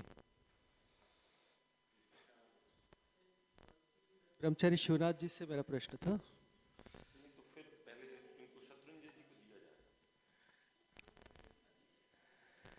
प्रमाण पर प्रश्न है। नहीं, जो अभी आचार्य भद्रकाम जी ने कहा, इस पर कोई आर्गुमेंट है क्या किसी का? नहीं, मैं मुनि रितमा जी को, महर्षि का प्रमाण हमें स्वीकार है, और महर्षि का प्रमाण ये भी है कि मैं अपने घर से कुछ नहीं कहता, ब्रह्मा से जैमिनी ऋषियों का ही मंतव्य व्यक्त करता हूँ। ये ग्रंथ उन ऋषियों द्वारा कृत हैं, तो इसको भी उतना ही और महर्षि की दृष्टि में उससे भी अधिक प्रमाण माना जाए, ऐसा मेरा निवेदन है। और दूसरा, यहाँ पे वो वाली समस्या नहीं है जैसे कई जगह मंत्रों का भाष्य संस्कृत में और उसके बाद हिंदी में। यहाँ तो सीधा सीधा सिर्फ हिंदी का ही है, तो ये भी नहीं कह सकते कि संस्कृत में कुछ और लिखा है, हिंदी में कुछ और लिखा है, किसको माने किसको नहीं माने, और संस्कृत को माने। यहाँ तो वो समस्या भी नहीं है, तो जो लिखा है उसको ही वैसा मान के आगे बढ़ा जाए, ऐसा मेरा मंतव्य है। धन्यवाद। आचार्य कर्मवीर जी। ब्रह्मचारी शिवनाथ जी से ये था कि चर्चा चल रही थी द्वितीय याम का। ओम जी हाँ, द्वितीय याम की जो बात है वो वृत्ति में है ना कि मूल में है, पहले थोड़ा सा क्योंकि कन्फ्यूजन ना रहे। जी जी। ये जो मूल सूत्र में नक्षत्रम दृष्ट्वा प्रदोषे निशयाम व सायम, इतना ही सूत्र है जी। इस सूत्र में प्रदोषे प्रथमयामे निशायाम द्वितीययामे ये वृत्तिकार का है जो प्रमाण नहीं है। जी जी। तो इससे द्वितीययाम तक ले जाना ठीक नहीं है। मैं नहीं ले जा रहा हूँ।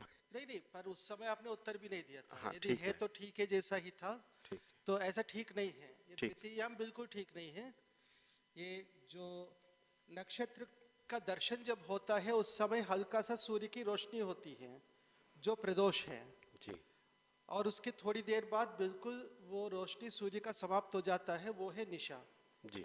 ये दोनों का यहाँ विधान है, यामों का यहाँ कोई चर्चा सूत्रों में नहीं है, तो इस कारण से इसको उस रूप में व्याख्या न किया जाए। वृत्तिकार का यहाँ मुझे ठीक नहीं लगता है। ठीक है, मुझे कोई आपत्ति नहीं। एक मिनट, माता जी ने जो प्रश्न किया था उसमें मैं कुछ और कहना चाहूँगा कि जो आपने संधि त्रिकाल संध्या के विषय में कहा, तो उस दृष्टि से मुझे जो लगता है कि महर्षि दयानंद जी का वो अभिप्राय आपस्तंभ ऋषि जो हैं उनके साथ कोई विरोध नहीं है। त्रिकाल संध्या का जो प्रश्न पूछा जा रहा है कि त्रिकाल संध्या क्यों नहीं, तो वो सामान्य प्रश्न पूछा जा रहा है, विधान के रूप में पूछा जा रहा है कि आप 2 समय संध्या क्यों, 3 काल क्यों नहीं।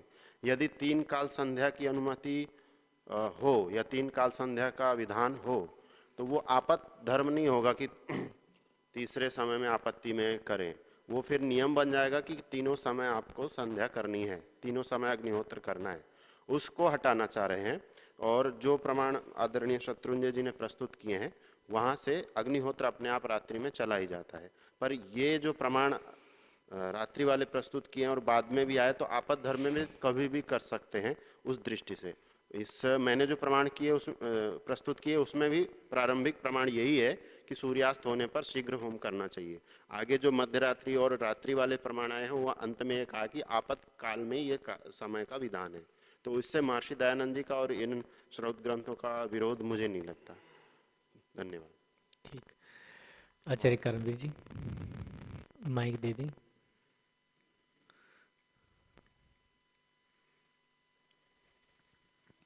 ओम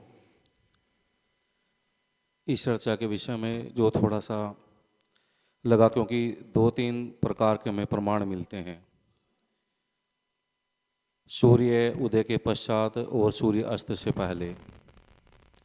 दूसरा, हम सब लोग एक प्राय निर्णय नहीं कर पाए कि संधि वेला किसे कहें, और दोनों संधि वेला में भी करें, अग्निहोत्र भी करें और संध्या उपासना भी करें। तो सामान्य से ये बात समझ में आती है कि जो सामान्य अग्निहोत्र है, जिसको हम दैनिक अग्निहोत्र कहते हैं, जिसमें 16 आहुति का विधान है, वो दोनों समय ही करने का विधान है, और सूर्य अस्त और सूर्य उदय के बाद या वो हो रहे हो, क्योंकि संधि वेला का अभी तक भी हम कोई पूरा निर्णय नहीं कर पा रहे।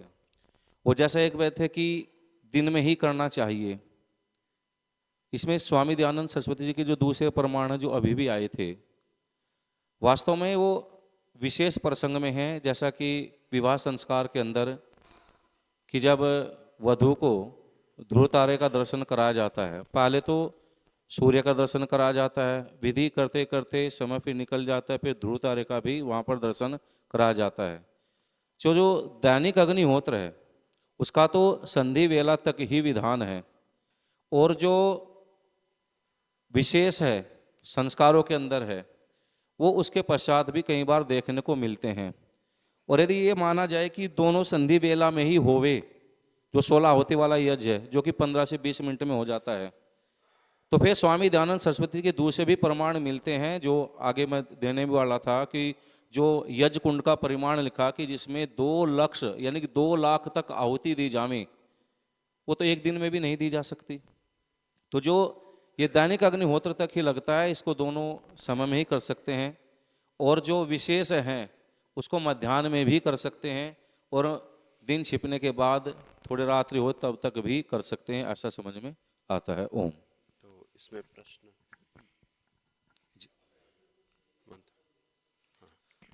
वक्तव्य था, जैसे प्रमाण थे, लेकिन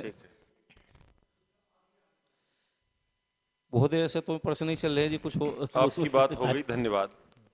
और कोई है? आचार्य में पीछे आप उनको बोलिए।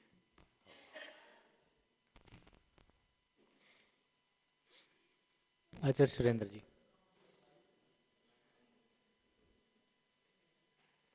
हाँ, आप बोलिए। हाँ, सबको नमस्ते जी। आचार्य भद्रकाम जी से प्रश्न करना था जी, वो है नहीं।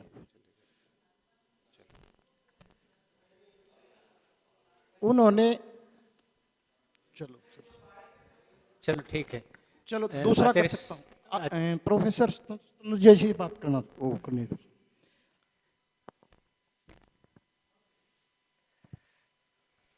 एक समय में पहले एक वक्ता को बुला करके सारे प्रश्न उनसे पूछवा ले, फिर दूसरे वक्ता को बुलाए, तो वक्ताओं को बार बार आना जाना नहीं पड़ेगा जी, क्योंकि क्रम यही था हमारा।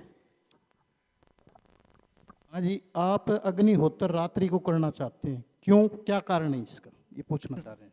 दिन में क्यों नहीं कर रहे हैं? जब दिन में विधान है तो रात्रि को क्यों करना चाह रहे हैं? जी, तो उसका उत्तर ये है कि मैं रात्रि को करना चाहता हूँ, ऐसा मेरा कथन नहीं है। मेरा कथन ये है कि सूर्यास्त से पहले भी हो सकता है, सूर्यास्त के बाद भी हो सकता है, सूर्योदय से पहले भी हो सकता है, सूर्योदय के बाद भी हो सकता नहीं, है। आपने पिछली बार जो हमारी चर्चा चली थी उसमें लिखा था, बोला था आपने कि जो सर्विस आदि करते हैं उनको रात्रि को इधर उधर आना जाना पड़ता है, इसलिए रात्रि को हवन करना चाहिए। वो 11 बजे आते हैं, 12 बजे आते हैं, ऐसा आपका मत था। जी नहीं, मैं तो पुनः दोहरा देता हूँ कि रात्रि को ही करना चाहिए, ऐसा नहीं। रात्रि को वो करें तो उनको निषेध नहीं करना चाहिए, ऐसा मंतव्य है, क्योंकि किया जा सकता है। उनके लिए विधान नहीं है कि उनको रात्रि को ही करना चाहिए। वो चाहे तो ऑफिस पे भी अपना अग्निहोत्र लगा के कर सकते हैं, वो उनके अनुकूल है। लेकिन वो अगर रात्रि को करें सूर्यास्त के बाद तो उनको आपत्ति नहीं करनी चाहिए। मुंबई जैसे में जो सुबह सुबह निकल जाते हैं तो सूर्योदय से पहले भी अगर करना चाहें तो कर सकते हैं, क्योंकि उसकी छूट है। और छूट ये ऐसी छूट नहीं है कि आपत्ति काल की छूट है, ये तो विधि है कि पहले भी कर सकते हैं, बाद में भी कर सकते हैं। तो हम उनको कोई विशेष छूट दे रहे हैं ऐसा नहीं है। करने में आपत्ति नहीं करनी चाहिए, और उनको ध्यान में रखते हुए तो बिल्कुल ही नहीं करनी चाहिए। आपको ध्यान दिलाऊं, आपने उस प्रसंग में कहा था कि व्यवस्था बिगड़ जाएगी गुरुकुलों की, ये अच्छी बात है, दिन में करें तो करें, कोई समस्या नहीं है। जिनकी वैसी व्यवस्था है वो वैसी करें, और जो दूसरी व्यवस्था वाले में दूसरी तरह से करें, इस संदर्भ में मेरा उत्तर था। नहीं, हम ऋषियों की व्यवस्था बदल दें, हम हमारी व्यवस्था नहीं बदल सकते। ऐसी क्या मजबूरी है कि हमें रात को नौकरी करनी पड़े? जी, मैं फिर दोहरा देता हूँ, मैं ऋषियों की व्यवस्था नहीं बदल रहा। ऋषियों ने क्या व्यवस्था दी है उसी का ही संकेत कर रहा हूँ कि दोनों समय की जा सकती है। नहीं जी, मेरा प्रश्न ये है कि आप करें कि रात्रि को सर्विस करनी पड़ती है उनको, इसलिए रात्रि को हवन कर लेंगे हम आकर के। नहीं, तो ऐसी क्या मजबूरी है कि ऋषियों के सिद्धांत को एक तरफ करके हमें मजबूरी में वो कार्य करना पड़ रहा है और सिद्धांतों को बदल करके हम आचार्य जी, मैंने इसका उत्तर दे दिया है। एक मिनट, आपकी बात लगभग यहाँ पूरी हो गई है।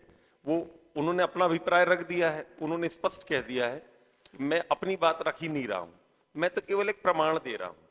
आप उसको किस वे में लेते हैं ये तो निर्णायक मंडल लेगा, उसको बार बार बोलने से कोई लाभ नहीं। नहीं, मुझे आपत्ति है, बार बार ये कहा जा रहा है कि मैंने ऐसा कहा कि ऋषियों का सिद्धांत, आप बार बार ये आरोप लगा रहे हैं, मुझे आपत्ति है इसमें। आप जो बार बार ये कथन कर रहे हैं कि ऋषियों का सिद्धांत अलग कर रहे हैं, ऋषियों का सिद्धांत अलग कर रहे हैं, आप अपनी मर्मर्जी क्यों कर रहे हैं, ऐसा कोई तात्पर्य नहीं। ऋषियों का सिद्धांत ही प्रस्तुत किया जा रहा है, तो ये आपका जो कथन है वो ठीक नहीं है। ऐसा कोई कथन मैंने नहीं किया, मैंने अपना अभिप्राय अभी भी स्पष्ट किया, पहले भी किया था। तो ये कथन कृपया मेरे संदर्भ में तो ना करें कि मैं ऋषियों के सिद्धांत को अलग करने की कह रहा हूँ। बिल्कुल उल्टा, मैं आपकी तरफ कह रहा हूँ कि आप ऋषियों के सिद्धांत को, उन्होंने जो व्यवस्था विधि की है उससे बचने की कोशिश कर रहे हैं अपनी सुविधा अनुसार, अपनी इच्छा अनुसार, क्योंकि आपके मन में है कि दिन में करना चाहिए। इसलिए आप कह रहे हैं कि ऋषियों के सिद्धांत को, उस वाले सिद्धांत को जो उन्होंने सूर्योदय से पहले और सूर्यास्त के बाद प्रावधान किया है, उसको छोड़ दो। क्यों छोड़ दें? तो आरोप आप पे है कि आप क्यों ऋषियों के सिद्धांत को अलग करके प्रतिबंध लगाना चाहते हैं। मैं तो ये कह रहा हूँ सुबह शाम हवन होना चाहिए, आपने व्यवस्था बनाई कि रात को भी कर सकते हैं। मैंने उत्तर दे दिया और मुझे कुछ चलो ठीक है। ओम, इस बात को भी यही विराम दे तो ज्यादा अच्छा है। आपको कोई नई बात कहनी है तो कह दीजिए, इस पर तो आप निर्णायक मंडल ही विचार वही की वही बातें बार बार दोहराई जा रही हैं। नहीं, आपने पहले हाथ उठाया था, आपने जी जी आचार्य जी बोलिए। आचार्य जी, अच्छा बात आचार्य जी से करना था शंकर समाधान। जब आचार्य जी को बुलाएंगे ना इधर, तब आप पूछ लेना। जी ओम नमस्ते। अभी आचार्य भद्रकाम बर्णी जी से भी पूछ सकते हैं, यहाँ माननीय प्रोफेसर साहब से ही पूछ सकता मैं? जी जी जी, मेरे से पूछ जी। माननीय प्रोफेसर साहब, देखो आप जिन चीज़ों का है ना, जो बातें हो चुकी हैं वो बार बार न दोहराएं तो ज़्यादा है। और एक बात निश्चित हो चुकी है, मुख्यतः हमारी दिन की रहती है, वो सब मानते हैं, स्वीकार करते हैं। लेकिन आपत्ति काल में या किसी व्यवधान के कारण बहुत सारी चीज़ें ऐसी होती हैं हम नहीं कर पाते। हमारे से भी जुड़े हुए बहुत सारे लोग विंग कमांडर हैं एयरफोर्स के अंदर, उनको समय नहीं मिलता तो वो रात्रि के समय करते हैं या फिर सुबह जल्दी करते हैं। तो जी, मेरे से प्रश्न पूछ।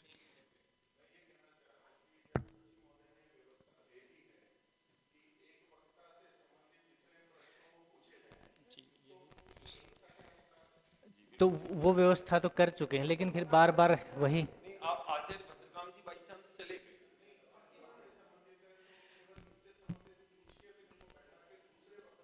हाँ ये बीच में बदल जाता है।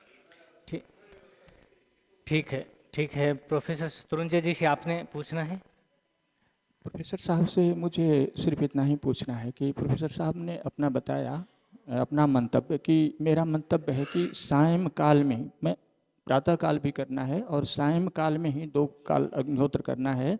तो सायंकाल में आपने अपना मंतव्य बताया कि मेरा मंतव्य है वही सूर्योदय के 1 घंटा पहले या 1 घंटा बाद, सूर्यास्त के सायंकाल में, यही मेरा मंतव्य है। आपने ये इससे एग्री आप कर रहे हैं? मैं स्पष्ट कर दूं, मैंने जो प्रमाण प्रस्तुत किए उसमें महर्षि ने जो क्रम बताया, मेरे जो सारे प्रमाण थे वो महर्षि दयानंद के थे। उन्होंने क्रम बताया, पहले संध्योपासना और उसके बाद अग्निहोत्र। तो उस क्रम में तो शाम के समय पहले संध्योपासना होगी और अग्निहोत्र उसके बाद होगा, तो रात्रि काल में जाएगा। और अन्य जो प्रमाण मिलते हैं उदित अनुदित, उसमें दोनों जा सकते हैं। जी, तो यहाँ मुझे यही पूछना था कि वहाँ पे सर्वदा वर्तते यज्ञम इतियम वैदिकी श्रुति, एक तो ये भी आपने प्रमाण दिया था, उसमें रात्रि में भी हम किसी काल में कर सकते हैं, मतलब विकल्प के रूप में। लेकिन और एक और भी जो विनियोग किया गया है, जो सायंकालीन के हम अग्निहोत्र के मंत्र में, वहाँ बताया गया है कि ओम सजुर्देवेन सवित्रा सजुर्रात्रेंद्र भत्या, तो क्या ये विनियोग उचित है या अनुचित? मतलब ये तो रात्रेंद्र भत्या यहाँ बताया गया है, इससे तो हमें ये विनियोग से तो स्पष्ट ये दिखता है कि रात्रि में भी कर सकते हैं अग्निहोत्र। इस पे आपका क्या विचार है? वो प्रश्न शायद शिवनाथ जी से ज़्यादा ठीक रहेगा। मैंने जो दिया उसमें तो अग्निहोत्र संध्या उपासना के तुरंत बाद कर लेना चाहिए, तो वो देर रात्रि को करना चाहिए। मैंने तो वो प्रमाण प्रस्तुत नहीं किया, तो इसलिए वो मैं उसका उत्तर भी नहीं देना चाहूँगा। आपका प्रमाण सर्वथा वर्तते यज्ञम इतियम वैदिकी श्रुति, ये जो मनुस्मृति का 2:15 आपने बताया, तो ये प्रमाण आपका भी है, तो आपसे भी प्रश्न बनता है इसलिए। जी, तो उसमें समयाध्युते में जो आपातकाल की स्थिति बताई कि अगर उदित अनुदित ना किया जाए, नहीं कर पा रहे हैं जो भी निश्चय किया है, तो उस विशेष स्थिति में आपातकाल में कभी भी कर लेना चाहिए, ये उसका है। और मैंने उसका बताया कि उसका जो भाष्य उसमें विरोध भी, और मैंने पंडित युधिष्ठिर मीमांसक जी का भी प्रस्तुत किया, उसमें समयाध्युषित का संधि काल माना गया है, बीच का माना गया है। तो मैं दूसरी पंक्ति पे विशेष जोर देना चाहता हूँ कि सर्वदा वर्तते यज्ञम, इससे क्या तात्पर्य है? सर्वदा वर्तते मतलब करना चाहिए, करना चाहिए कभी भी।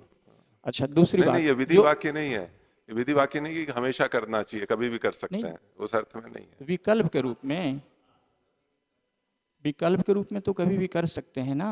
कभी भी नहीं। तो सर्वदा मैंने श्वास सूत्रों का एक संकेत भी दिया था प्रमाण के रूप में, कि वहाँ है कि निश्चित करें और उसको जीवन पर्यंत, पूरे गृहस्थ पर्यंत उसका पालन करें, ऐसा आता है जी। तो उस परिप्रेक्ष्य में देखा जाए तो ऐसा नहीं है कि कभी भी कर लिया, तो ये छूट यहाँ अभिप्राय बिल्कुल प्रतीत नहीं होता है शास्त्र का। निश्चित करें प्रारंभ, मुख्य रूप से सूर्योदय, उदित अनुदित इत्यादि, और आपातकाल में कभी भी कर सकते हैं, जैसे आप प्रस्तुत कर रहे हैं कि कभी भी कर सकते हैं, ऐसा नहीं।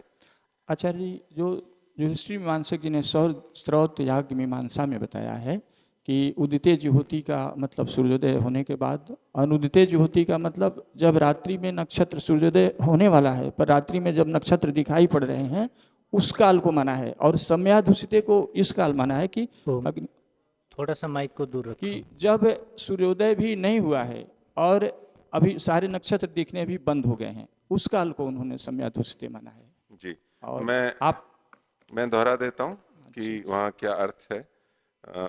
उदित काल से अभिप्राय है जब सूर्य का उदय दर्शन हो जाए। जी। अब इसमें भी विचार का विषय है, वो चलता है कि सूर्य का दर्शन हो जाए मतलब थोड़ा सा सूर्य दिखने लगे या पूर्ण सूर्य आ गया, वो अभी मुझे स्पष्ट नहीं है, उसमें मतभेद दिखता है कि पूर्ण या दिखना प्रारंभ हो जाए, लेकिन जो भी है सूर्य दिखना प्रारंभ हो जाए या पूरा दिख जाए। अनुदित काल वह माना जाता है जब सूर्योदय से पूर्व नक्षत्र दिखाई देते हैं। जी, यही मैं जी। और तो ये तो रात्रि काल, जो मैंने रात्रि को परिभाषित किया था, सूर्यास्त और सूर्योदय के बीच, ये मेरी परिभाषा है रात्रि की, मैंने प्रारंभिक वक्तव्य में कहा था, तो सूर्योदय से पहले की बात आ गई। आचार्य जी, जो समयाधूषित काल है वो वहाँ वो सूर्योदय प्रातः काल के लिए ही वहाँ प्रयुक्त हुआ है, मैं और परिभाषित के लिए नहीं, मैं तीसरी भी पढ़ देता हूँ। समयाध्युषित जिस अर्थ में मैंने माना है, ये काल वह कहा जाता है जब नक्षत्रों का दर्शन बंद हो जाए, जी, यही मैं और सूर्य का उदय भी ना हो। जी आचार्य, यही मैं कहना चाहता हूँ। तो वो ठीक है, सूर्य अभी आना शुरू नहीं हुआ लेकिन प्रकाश आता रहता है, तो अधिकतर नक्षत्र दिखने बंद हो जाते हैं, उस काल का संकेत यहाँ पे परिभाषित किया। पर ये तीनों काल सिर्फ प्रातः काल के लिए कहा गया है, सायं काल का इसमें वर्णन नहीं है। महर्षि हाँ, बिल्कुल ठीक बात है, और उसमें कोई बात नहीं है। उसके लिए मैंने महर्षि का प्रमाण प्रस्तुत किया था, जो उन्होंने सत्यार्थ प्रकाश तृतीय समोल्लास में, ये प्रश्न मैंने स्वयं उठाया था कि सूर्योदय के बाद और सूर्यास्त से पहले भी यज्ञ की बात कहाँ से प्रारंभ, नहीं ये एक मिनट,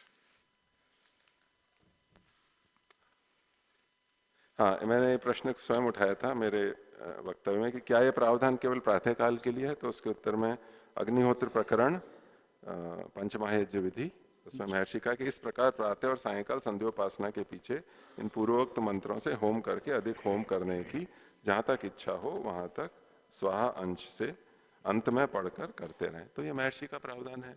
ठीक है। सायंकाल के लिए, और वहां से भी है कि महर्षि के प्रावधान के अनुसार तो संध्योपासना के बाद अर्थात सूर्यास्त के बाद। जी, मेरा सिर्फ इतना ही कहना था आचार्य जी कि जो उदय अनुदय है वो सिर्फ प्रातः काल समयात उससे वो प्रातः काल के लिए वो वहाँ कहा गया है, वहाँ मुझे उससे कोई सायंकाल के लिए। आपत्ति नहीं है, मैंने स्पष्ट कर दिया, मुझे और कुछ कहना नहीं है इसमें। धन्यवाद। अब और कोई डॉक्टर शत्रुंजय जी से कोई पूछना चाहे, केवल डॉक्टर शत्रुंजय जी से? हाँ जी, आप।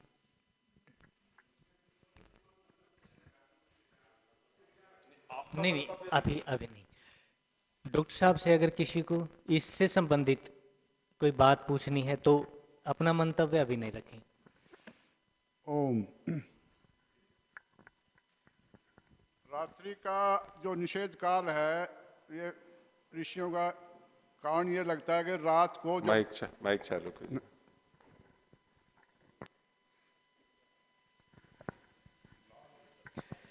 बोलिए बोलिए, हो गया। ओम। रात को निषेध इसलिए लगता है कि रात को जब करते हैं तो बरसात के मौसम में तो पतंगे कीड़े बहुत आते हैं। जी, तो इस पे पहले प्रश्न आ चुका है और मैंने अपना मंतव्य भी कह दिया है, और ये चलो ठीक है, ये हमारे वर्तमान के हमारी ऐसी सोच है, हम ऐसा भी देखते हैं। प्रमाण स्पष्ट है, अनुमति स्पष्ट है, तो ऋषियों का मंतव्य उनको भी पता ही होगा कि रात्रि को कीड़े आ जाते हैं, हमसे ज्यादा ज्ञानी है,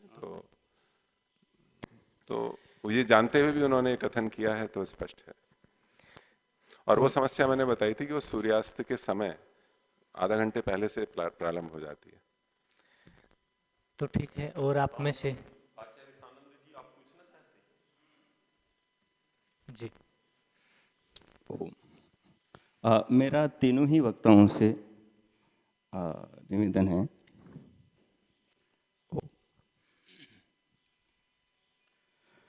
जैसा कि जो विषय चल रहा है कि रात्रि में अग्निहोत्र कर सकते हैं, विषय पर जो भी बातें अब तक आई हैं, चली हैं, तदनुसार आपातकाल में रात्रि में भी हवन कर सकते हैं। यहाँ पर आकर हम रुक जाते हैं। जी नहीं, ठीक, आपने ठीक से सुना नहीं। ठीक है, मैं अपनी बात पूरी कर देता हूँ। ठीक है। रात्रि को अभी अभी मैंने पुनः परिभाषित किया था, सूर्यास्त के बाद और सूर्योदय से पहले का समय रात्रि काल, और ये आपातकाल की बात नहीं है, ये नियमित बात है, नियमित अग्निहोत्र की बात। ठीक है, मैं आगे की बात रख रहा हूँ जो स्वामी दयानंद जी गुरु विरजानंद जी के पास में 1860 में पढ़कर निकल गए थे, पढ़ने गए थे, 3 साल बाद में निकल गए थे। वहाँ से वहाँ भी हवन होता होगा गुरु जी की कुटिया में, वहाँ भी करते होंगे और भी करते होंगे जो उन्होंने वहाँ सीखा होगा। उसके आगे की बात, आर्य समाज की स्थापना 1875 में हुई थी और उसके 8 वर्ष बाद में स्वामी जी महाराज का देहावसान हुआ था। इस काल में स्वामी जी ने भी कहीं न कहीं हवन करवाए होंगे और उनसे जिन्होंने सीखा है, पढ़ा है, जो उनके शिष्य हुए हैं, परशिष्य हुए हैं, उनके समकालीन और बाद में भी उस श्रृंखला के अंदर भी हवन हुए होंगे। उस समय का कोई प्रमाण मिलता हो ऐसा जिससे ये स्पष्ट होता हो, या आर्य समाजों का, क्योंकि स्वामी जी तो 8 वर्ष तक बाद में भी जीवित रहे, जिससे ये स्पष्ट होता हो कि रात्रि में सूर्यास्त के बाद में भी हवन होता है। रामायण से ऐसा प्रमाण मिलता हो, महाभारत से ऐसा प्रमाण मिलता हो, कोई इतिहास का कोई तो ऐसा प्रमाण हो जो ये सिद्ध करता हो कि जो आपने प्रमाण दिए हैं, अन्य वक्ताओं ने, शिवनाथ जी ने दिए हैं, आचार्य भद्रकाम जी ने दिए हैं, तो कोई ऐतिहासिक ऐसा ठोस मजबूत प्रमाण हो, हम ऋषि को मानते हैं, ऋषि का ही हो, उनके समकालीन शिष्यों का हो जी। तो मैं चाहूँगा कि इसके आधार पर भी कोई चर्चा हो जिससे ये स्पष्ट हो। जो आदरणीय मुनि जी ने जो बात रखी थी वो भी इसके अंदर प्लस हो जाए, वो भी जोड़ ली जाए। मैं इसको इतिहास में मैंने देखा नहीं घटनाएं कि महर्षि के बाद कब कौन क्या कर रहा था, महर्षि ने क्या क्या कराया। उनके लिखित प्रमाण जो उनका मंतव्य है वो हमारे सामने है, उस आधार पे ही चर्चा हो रही है। और मंतव्य ज़्यादा महत्वपूर्ण होता है जो सिद्धांत रूप से प्रस्तुत करते हैं ऋषि लोग विचारपूर्वक, और इसलिए अन्य उनकी क्या क्रियाएं रहती थी ये उतना महत्वपूर्ण नहीं, वो सहयोगी प्रमाण हो सकता है, लेकिन जब मुख्य प्रमाण मिल ही रहा है तो सहयोगी प्रमाण की अपेक्षा है नहीं। महाभारत रामायण में मैंने पढ़ी, मुझे कोई इस विषय में कहीं दिखा नहीं, और किसी ऋषि का ही प्रमाण हो, आपने जो कहा महाभारत रामायण भी ऋषियों द्वारा लिखी, लेकिन हम जो प्रमाण प्रस्तुत कर रहे हैं वो भी ऋषिकृत ग्रंथ ही हैं, ब्राह्मण ग्रंथ हैं, श्रौत सूत्र हैं, ऋषिकृत ग्रंथ ही हैं। तो इसको प्रमाण के रूप में, सूत्र रूप में, विचार पूर्वक जो हमारे लिए मंतव्य, जब नियम बनाए जाते हैं, उदाहरण के रूप में मैं हेतु आपको देता हूं कि जब संविधान सभा की भारत में चर्चा हो रही थी तो बहुत सारी चर्चाएं हुई, बहुत चर्चा हुई, ऐसा करना चाहिए, वैसा करना चाहिए, किया जा सकता है, वो किया जा सकता है, सबके अपने मंतव्य थे। अंत में सबने मिलके सर्वसम्मति से कि हाँ ये होना चाहिए। एक बार वो हो गया तो उसके बाद जो पीछे क्या चर्चा हो रही है उसको तभी खोला जाना चाहिए जब जो लिखा हुआ है वो स्पष्ट ना हो, और उसको स्पष्ट करने के लिए हम देते हैं कि उनके पीछे क्या मंतव्य रहा होगा। अगर स्पष्ट है, उसमें कोई कंफ्यूजन नहीं है, तो मुझे आवश्यक प्रतीत नहीं होता, लेकिन किया जा सकता है, मुझे कोई आपत्ति नहीं। मैंने नहीं किया इसलिए उत्तर मैं तो नहीं दे सकता, अन्य वक्ता। आपने अपनी बात रखी, बाकी 2 वक्ता और भी हैं जिन्होंने तो इस मेरे पर से बात अन्यों रखी के है। जो प्रश्न हैं वो मेरे पूरे हो जाएं, इसलिए उसके बाद हाँ, आपके और प्रश्न। बहुत बड़ा प्रमाण जो महर्षि का है, एक पत्र विज्ञापन भी है, उससे कहीं कोई ये बात सिद्ध होती हो कि उन्होंने अपने जीवन काल में ऐसा करवाया हो? मेरे ध्यान में नहीं है, इसलिए मैं कुछ नहीं कह पाऊंगा इसमें। ओम, धन्यवाद। और कोई ऐसे? ओम जी, आचार्य जी, मेरा ये प्रश्न है कि आपने फोटोसिंथेसिस की बात की थी, प्रकाश संश्लेषण की अपने प्रश्न में, उस समय बात रखते समय, ये रात्रि में अगर हवन करेंगे तो ऐसा कुछ है, कहा था क्या? नहीं, मैंने तो नहीं कहा, आपने विचारा होगा। मैंने सिर्फ ये कथन किया था कि ऐसा किसी ने प्रश्न पूछा था, और मैं बता देता हूँ किसने पूछा था। ये पिछली बार मुनि रितमा जी ने पूछा था प्रश्न में कि शायद ऐसा होता हो कि पशुओं को प्रकाश में समस्या होती हो, ये बात मैंने उठाई थी। तो ऐसा कोई प्रमाण मेरे नज़र में तो आया नहीं, जितना भी मैंने देखा कि उससे पौधों को हानि होती हो इतनी सी अग्नि से। और उसमें मैंने और भी मंतव्य व्यक्त किया था कि अन्य अग्नियां भी जलती हैं उसी परंपरा में, तो अगर वही होता तो उन अग्नियों का प्रावधान नहीं होता, निषेध होता। तो वैसा तो मंतव्य प्रतीत होता नहीं, और ऐसा कोई वैज्ञानिक प्रमाण स्पष्ट रूप से स्पष्ट तो है नहीं। तो प्रकाश संश्लेषण मैंने नहीं कहा था। प्रश्न मेरा ये बन रहा है कि अगर हम रात्रि में और दिन में अगर अग्निहोत्र करते हैं, दोनों की तुलना की जाए तो लाभकारी सबसे ज़्यादा कौन सा होगा, कौन सा समय रहेगा? ऋषि प्रमाण है, ग्रंथ प्रमाण, उसका पालन करना होता है, और लाभ मान के ही वो ऋषि हैं, उनके वाक्य अगर उसमें स्पष्ट है प्रत्यक्ष प्रमाण से, महर्षि के अनुसार जो है कि उन्होंने कई बार कहा कि आप विज्ञान को कुछ नहीं जानते, तो विज्ञान के अगर से प्रमाण मिले कि हानिकारक सिद्ध हो रहा है तो इस पर विचार किया जाए। अभी तक तो मिला नहीं, इसलिए कोई विचार का विषय ही नहीं है। अगर ऐसा मिले तो पुनः विचार किया जा सकता है। धन्यवाद। आचार्य शत्रुंजय जी से किसी को कुछ पूछना हो तो बता दें, अन्यथा ये बात क्लोज की। शक्ति नंदन जी।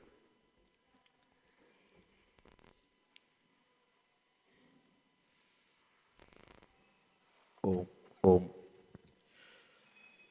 आपने रात्रि काल की परिभाषा बांधी कि सूर्यास्त के बाद और सूर्योदय से पहले तक, यही है। जैसे कि शिवनाथ जी ने आपस्तंभ श्रोत सूत्र का प्रमाण देते हुए 10वें उसमें कहा है कि यदि रात्रि का जैसे जैसे बीतता जाता है उस पर होम होने पर जघन्य माना गया है, अर्थात एक तरह से निषेध माना गया है। उसका उत्तर किस रूप में देंगे आप? वहाँ जघन्य माना गया है, उधर तो और इसके विपरीत कहा था कि ऐसा करने पे ये याग का परिणाम निकलता है, वैसा करने पे वो याग का परिणाम निकलता है।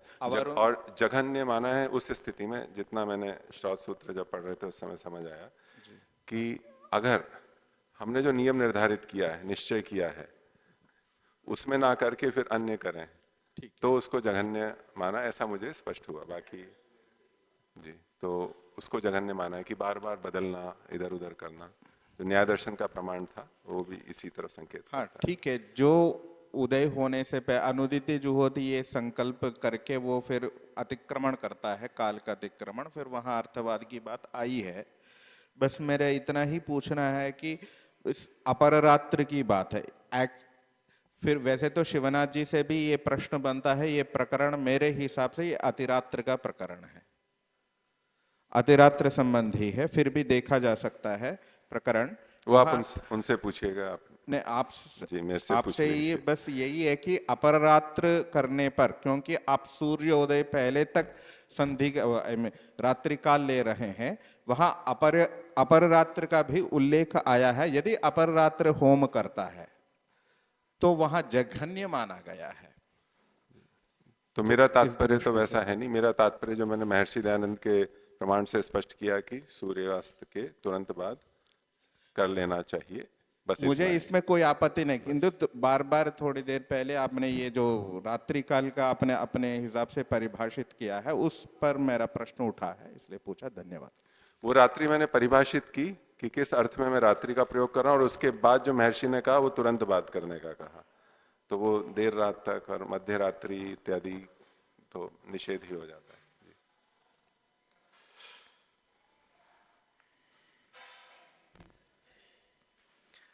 ठीक है, तो आचार्य शीतल जी,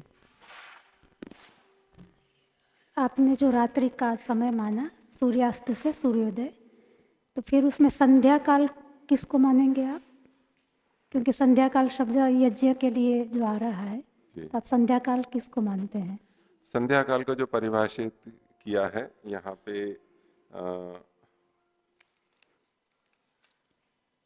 मैं आपको परिभाषित फिर से पढ़ा देता हूँ।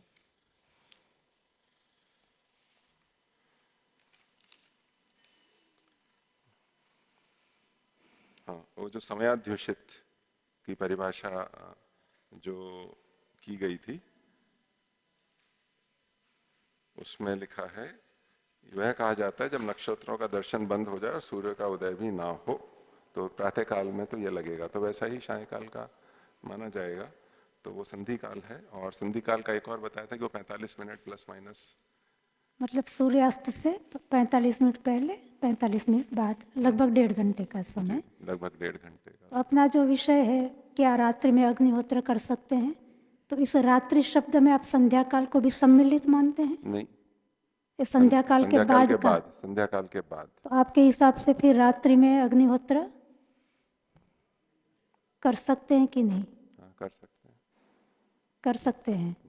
और स्वामी जी ने जो प्रमाण दिए हैं वो आप संध्या काल में, स्वामी जी ने जहाँ कहा कि संध्या काल में करना चाहिए, उसको तो आप संध्या काल में ही घटाएंगे, वो रात्रि में नहीं घटाएंगे आप।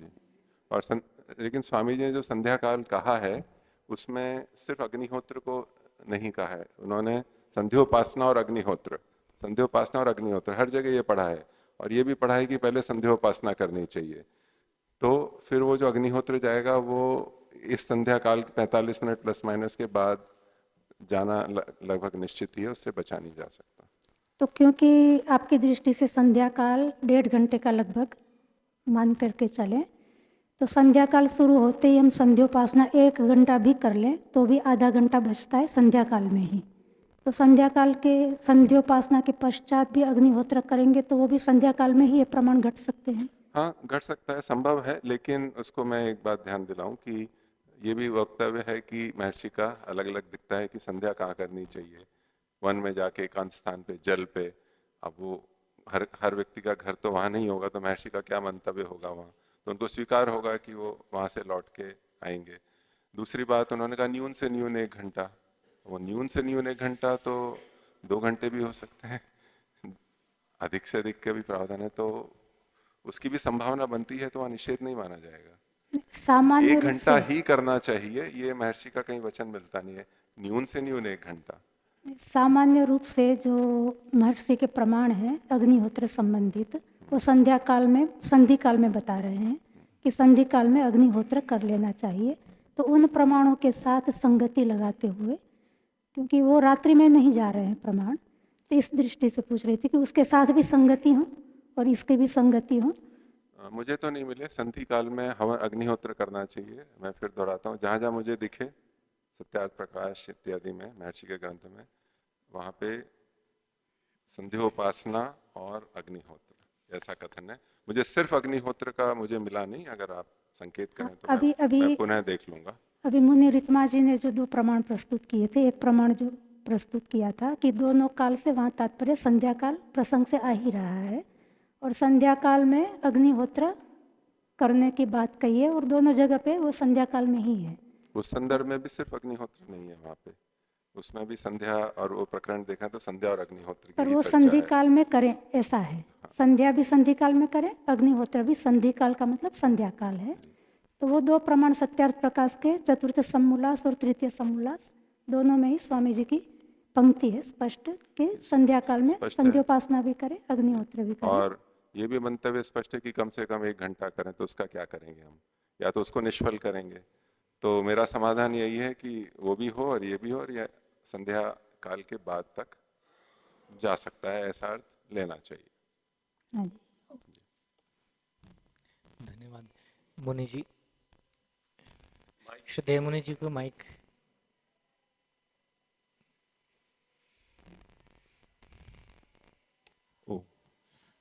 मुख्य रूप से आपसे प्रश्न है, और वैसे तीनों पे भी ये घटेगा कि जो संधि का हम कर रहे हैं, तो ये हमारे प्रदेश तो ठीक है, लेकिन भूमि पर जो ध्रुवीय प्रदेश हैं अथवा तो उस तरफ जो जाते हैं जहाँ 4 घंटे का दिन है, 2 घंटे का दिन है, ऐसे ही रात्रि भी, तो उन स्थलों पर यदि हम सूर्योदय और सूर्यास्त वाली बात रखें तो वहाँ संगत नहीं हो पाएगा जीवनचर्या की दृष्टि से। तो ये कि स्थान विशेष के लिए, और वहाँ हमें कुछ तात्पर्य भिन्न लेना होगा, वहाँ इस प्रमाण से काम नहीं चल पाएगा, पूरी पृथ्वी पर नहीं चल पाएगा, ये मैं कह रहा हूँ। पिछली बार मैंने प्रस्तुत किया था कि वहाँ तो ये समस्या होने वाली है, 6-6 महीने तक दिन रहता है, 6-6 महीने रात रहती है, 1-2 घंटे के लिए सूर्य आता है, 1-2 घंटे के लिए रात्रि होती है। तो वहाँ तो ये प्रमाण सीधे नहीं है, हमें ये मानना पड़ेगा कि ये इस भूभाग के लिए, भूमध्य रेखा के ऊपर नीचे के भूभाग के लिए संभव होता दिखता है। तो हमें इस प्रमाण में संभव असंभव भी देखना होगा। तो वहाँ तो क्या समाधान वहाँ की दृष्टि से?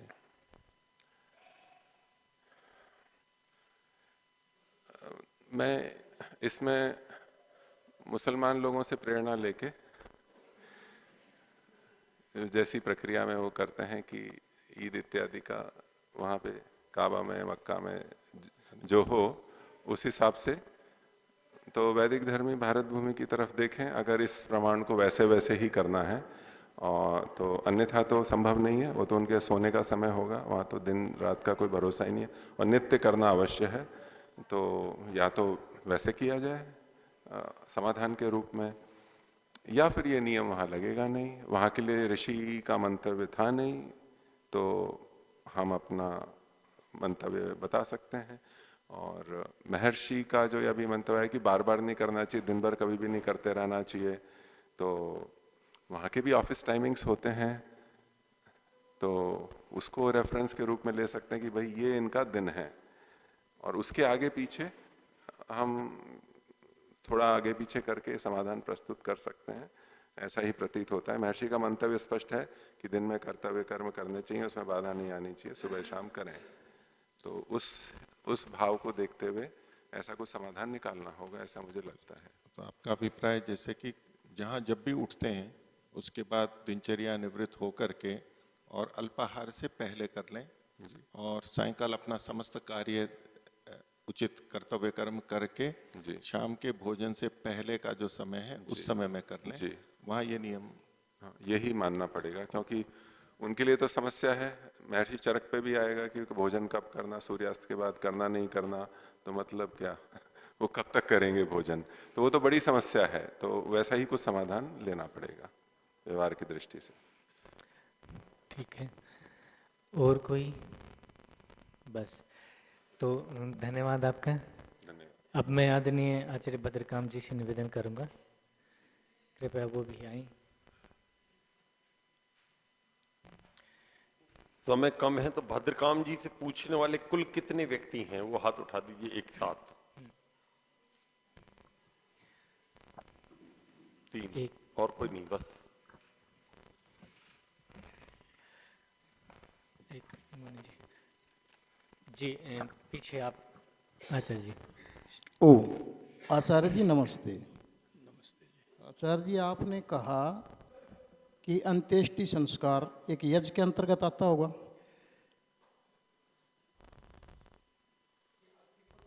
अंत्येष्टि संस्कार ओ भ्राता जी, अंत्येष्टि संस्कार अपना विषय नहीं है। नहीं वो तो वही है। किसी वैसे अग्निहोत्र करना चाहिए कि नहीं हुआ। आचार्य जी ने एक प्रश्न उठाया था कि रात्रि को कर सकते हैं अंत्येष्टि संस्कार। हाँ, तो वो विषय तो नहीं है। अग्निहोत्र में है कि नहीं, तो इसीलिए पहले पूछा है मैंने। आचार्य जी आप उसको स्पष्ट कर दें। वो आचार्य जी ने ये अंत्येष्टि प्रमाण रखा संस्कार- था, ये बात तो सही है। वही है ना जी, काम तो करना है फिर। हाँ ठीक है। सीधे सीधे उत्तर ये है कि अंत्येष्टि संस्कार कर्म है, यज्ञ नहीं। एक बात ठीक है। और वो जो 3 संस्कारों के बारे में थोड़ी हमने चर्चा की थी, जात कर्म, विवाह और अंत्येष्टि कर्म, कि उन संस्कारों में रात्रि में भी करने का विधान है, मतलब किया जाता है। विवाह भी और क्या नाम, जात कर्म और अंत्येष्टि। तो उससे हुआ कि भाई रात्रि में जब वहाँ भी है तो अग्निहोत्र भी रात्रि में करें, तो वो गौण के रूप में थोड़ा सा पुष्टि के लिए हम उसको कहा प्रस्तुत किए। वो आज का वो विषय नहीं था, हमारा अग्निहोत्र विषय था। केवल उस दृष्टि से मैंने कहा था। तो यानी रात्रि को भी अंत्येष्टि संस्कार कर सकते हैं, आपका मंतव्य जी ये। जी। लेकिन स्वामी दयानंद सरस्वती जी मना कर रही हैं संस्कार विधि के अंदर। बोलिए। संस्कार विधि के अंदर मना कर रहे हैं। वो कह रहे हैं जब शरीर इस भस्म विषय हो को यहाँ पे रोक दें। हाँ, तो आचार्य इसकी जी, संख्या अंतिम है जी। वो भ्राता जी थोड़ा सा ना माइक ऐसा को दूर निवेदन रखें। आया है कि ये चूंकि मूलतः अग्निहोत्र पर केंद्रित चर्चा है, आपने केवल एक प्रमाण के रूप में थोड़ी सी बात रखी थी आचार्य भद्रकाम जी ने। तो फिर वो ऐसा ना हो कि काफी बाहर होता चला जाए और वो कहीं की कहीं बात। ठीक है जी। दूसरी बात मुनि जी एक मिनट और मुनि जी को भी कह लेंगे। इसमें एक व्यवस्था की भी बात है कि यदि वक्ता ने वो बोला है तो श्रोता को तो अधिकार होना चाहिए पूछने का, और यदि वो अप्रासंगिक है तो उसको प्रमाणों से वक्ता के द्वारा हटवाया जाए कि मैं उसको प्रमाण के रूप में वापस लेता हूं। अगर वो अपनी पुष्टि के लिए प्रमाण दे रहे हैं तो श्रोता को अधिकार है उस पर उसके विवेचना करने का। तो या तो आप प्रमाण हटा दें, और प्रमाण रखते हैं तो इनको पूछने का अवसर होना चाहिए। मंत्री जी अपनी 1 मिनट रुक जाइए। आचार्य शीतल जी आप मंत्री हैं इस पूरे की, बताइए आपका क्या कहना है। नहीं, अग्निहोत्र के बारे में उन्होंने जो कहना था आचार्य जी, आचार्य भद्रकाम जी को, फिर उसके ऊपर जो अवान्तर चर्चा चल रही है उसको रोकने को कहा था। यदि आपको लगता है अध्यक्ष महोदय को कि नहीं ये प्रमाण से बाहर होना चाहिए तो आप हटा सकते हैं इसको। नहीं, मुझे मुनि जी की ये बात तो पसंद आई कि यदि आप उसको प्रमाण के रूप में सदन स्वीकार कर रहा है तो फिर तो क्रॉस सदन स्वीकार नहीं करेगा, स्वीकार तो अध्यक्ष को और निर्णायक को करना है। तो भाई प्रमाण के रूप में तो स्वीकार किया गया।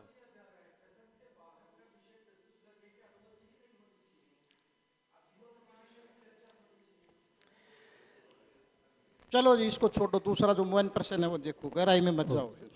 ये इसमें लिखा है कि जब अंत्येष्टि संस्कार हो जाए। मैं आचार्य रविंद्र जी, मेरा ये कहना है कि अग्निहोत्र के प्रसंग में यदि अंत्येष्टि का रात्रि में विधान का थोड़ा सा रखा गया है तो वो इतना तो प्रसंग से बाहर नहीं हो गया कि अपन उसको सिस्टम से ही बाहर कर दें। लगभग छूती हुई सी बात है, स्पर्श कर रही है उसको। ऐसा आप उसको पूरा नहीं कर सकते, इग्नोर नहीं कर सकते।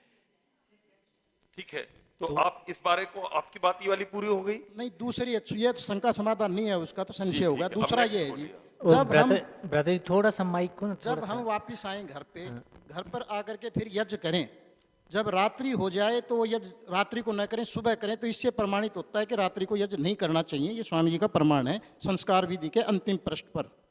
मेरा कहने का तात्पर्य ये था। तो इसको किस दृष्टि से देखें? संस्कार विधि में कहा ये अंतिम है। उस दिन रात्रि हो जाए तो थोड़ी सी आहुति देकर दूसरे दिन प्रातःकाल उसी प्रकार स्वस्ति वाचनम और शांति ग्रहण के मंत्रों से आहुति देवें। तो 59 आहुति देने के लिए भी मना कर दिया, और आप करे कि रात्रि को हवन करो। ये किस दृष्टि से देखें हम? बहुत बहुत धन्यवाद। ये तो और अच्छा हुआ, प्रमाणिक मिल गया। थोड़ा सा कर ले, हो गया। रात्रि में थोड़ा कर ले, मतलब रात्रि में थोड़ा सा, और अगले दिन शांतिकरण स्वस्ति वाचन बड़ा सा कर लेवे तो हो गया। मुझे बड़ा कुछ नहीं सा कहना। करने के लिए नहीं बोला है, ओनली फॉर आपने जो प्रमाण स्वस्ति प्रस्तुत वाचन और किया, उससे शांतिकरण मेरी मंत्रों से पुष्टि हो आहुति गई। दें, ये नहीं बोला जी। इस प्रकरण को ध्यान से देखेंगे तो बड़ा यज्ञ करने के लिए नहीं बोला है। स्वस्ति वाचनम और शांतिकरण के मंत्रों से आहुति देवें, बच जाए तो ठीक है, उसमें कोई मतभेद नहीं, आप ठीक कह रहे हैं। अगले दिन, लेकिन रात उस दिन यदि रात्रि में अंत्येष्टि किया तो शुद्धि के लिए अति आवश्यक है। जैसे जातकर्म अति आवश्यक है, जब जन्म हुआ उसी समय थोड़ा संस्कारों से बातें चल, इसीलिए ये कर्म, हालांकि प्रसंग से उतना नहीं है। तो ऋषि ने कहा कि शुद्धि आवश्यक है, तत्काल थोड़ा कर ले, तो रात्रि में करने का विधान में प्रमाण आ गया एक और। तो मैं आपका साधुवाद पुनः करता हूँ। नहीं, अपवाद में तो ठीक, आप तो कह रहे हैं कभी भी कर सकते हैं हो रात्रि गया में। जी, हो गया। अच्छा, सानंद जी कुछ पूछ रहे थे, मैं उसका भी पहले दे दूं क्या? ठीक है, सानंद जी पूछ रहे जी, थे। आप ओम ओम बात है जी। तो इससे मैं क्या समझूं कि दिन रात्रि को हवन करना चाहिए कि नहीं? मेरे समझ में नहीं आया ना, आपको तो समझ में आ गया। इससे क्या लूं इस तात्पर्य करना से? चाहिए, हैं? करना चाहिए, करना चाहिए। थोड़ा सा सिद्ध हुआ, चल ठीक। तो अब स्वस्ति वाचन अध्यक्ष शांतिकरण महोदय- मंत्रों क्या होती नहीं दे रहे। अध्यक्ष महोदय का अनुमति तो सानंद जी पूछ रहे थे। हाँ, आचार्य सानंद जी। प्रश्न तो हमें समझ में आगे याद है, न है दूर आए तो मैं इसके उत्तर दे देता हूं। आपने कहा था कि महाभारत में भी ऐसा लिखा है क्या, रामायण में कहीं उदाहरण आता है क्या, या जीवित काल में ऋषि के समय 8 साल का रहा उसमें आया क्या? इस विषय में इतना कहना है कि इतिहास सिद्धांत ग्रंथ नहीं होता, एक बात, उसके द्वारा सिद्धांत का निर्णय नहीं होता। सीधे सीधे उत्तर है उस समय का मुझे मालूम नहीं। तीसरी बात यह है, उपस्थितम परित्यज्य अनुपस्थितम याचते। कुछ प्रमाण हमारे पास उपस्थित है जिससे सिद्ध हो रहा है प्रसंग में कि दिन में भी कर सकते, रात में कर सकते, इसको छोड़ना नहीं है। आपने शायद छोड़ा नहीं है, ठीक है, उसको स्वीकार करते हुए द्विबद्धम त्रिबद्धम चतुर्बद्धम के दृष्टि से सोच पूछा कि शायद ऐसा हो क्या, ऐसा है क्या, ऐसा। कई बार, एक बैठ जाइए, बैठ जाइए। कई बार ऐसा यहाँ पर पहले भी अनेकों बार प्रश्न उठाया गया, एक प्रमाण दो प्रमाण उपस्थित करने के बाद में अमुक ऋषि ने भी कुछ कहा है क्या इस विषय में, अमुक दर्शन कहीं वेद आदि का प्रमाण दिया तो दर्शन में कहा है क्या, मतलब काकू में बोला जाता है, मतलब वहां नहीं कहा गया इसीलिए नहीं मानना मान्य है, ऐसा नहीं होता। एक प्रमाण भी प्रमाण होता है और शब्द प्रमाण का वयम उसको मान करके हमें चलना चाहिए। तो ये हमने इसमें महर्षि दयानंद जी का प्रमाण दिया, महर्षि मनु भी हमारे लिए प्रमाणिक है, और महर्षि आपस्तंभ का भी प्रमाण आया। तो 3 बहुत है, तब तक के लिए इतने से चलते, और मिलेगा तो देखा जाएगा। मुझे महाभारत में ऐसा नहीं मिला, और दोहरा दे रहा हूँ, रामायण में भी नहीं मिला, और ऋषि के जीवन काल में ऐसा हुआ या नहीं हुआ उस समय इसके बारे में भी जानकारी नहीं है। तो जी मैं इसमें ये कह रहा हूँ कि इस दृष्टि से भी एक बार इस पर विचार किया जाए, एक बार थोड़ा सा और भी प्रयास किया जाए और थोड़ा और भी देखा जाए। जैसे मुनि जी ने भी दिया था एक प्रमाण, आप कह रहे हैं एक प्रमाण ऐसा हो, तो उन्होंने भी दिया था, पढ़कर सुनाया था सत्यार्थ प्रकाश का, तो और भी देखा जाए, बस मेरा इतना निवेदन। ठीक, स्वीकार है। जी, धन्यवाद जी। आचार्य जी, आचार्य कर्मवीर जी।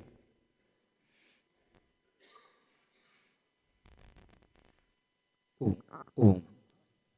आचार्य भद्रकाम जी ने जो एक बात रखी थी और उससे थोड़ा सा कई बार भ्रांति फैलने का भय है कि अंत्येष्टि संस्कार रात में भी करते हैं। इससे हम ये दूसरी तरफ भी ले लेते हैं कि अग्निहोत्र भी रात में किया जा सकता है, जैसे गाँव के उदाहरण दिए।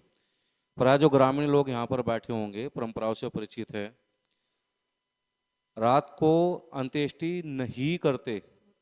अगर सायंकाल किसी की मृत्यु हो जाए तो उस समय किसी भी तरह से शव को सुरक्षित विधि कोई भी हो सकती है, प्रातःकाल ही प्राय अंत्येष्टि करते हैं। दूसरी बात जो अभी सुरेंद्र जी पूछ रहे थे, वहाँ पर ये जो अंतिम पृष्ठ संस्कार विधि का है वहाँ पर ये लिखा हुआ कि यदि रात हो जावे, कब हो जाए, अंत्येष्टि करने शमशान में जावें, वहाँ से आते आते रात हो जावे तो थोड़ा सा हवन केवल कर लें। इसका मतलब ये नहीं कि वहाँ पर रात्रि के हवन की विधि की जा रही है। यदि रात के हवन की वहाँ पर विधि की जाती तो ये न लिखा जाता कि फिर अगले दिन स्वस्ति वाचन और शांतिकरण के मंत्रों से अगले दिन सुबह प्रातःकाल में यज्ञ करें। और इससे एक बात चल जाती है कि भाई रात में भी अंत्येष्टि कर सकते हैं जो लोग प्राय से परिचित नहीं है। तो ऐसा नहीं है, विधान नहीं। हाँ, किसी की मजबूरी हो, मजबूरी में तो किसी भी समय करते हैं, पर ये विधान और नियम नहीं बनाया जा सकता, ये सामान्य स्थिति नहीं है। ओम। ठीक, सहमत।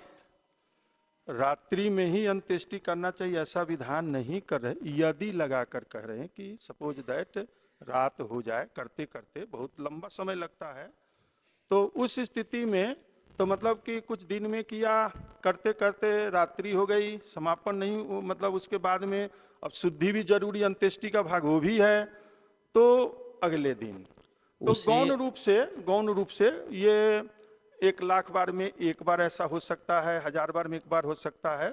वो उसको हम क्या कह सकते हैं, अपवाद कह सकते हैं या आपद धर्म कह सकते हैं। इसीलिए यदि लगाकर कहा, यदि कमजोर करते हुए, मतलब ये सिद्धांत नहीं है कि ऐसा ही होना चाहिए जी। ऐसा मुझे लगता है कि ये पूरी जो चर्चा उठी है वो विवशता ही वाली तो उठी है।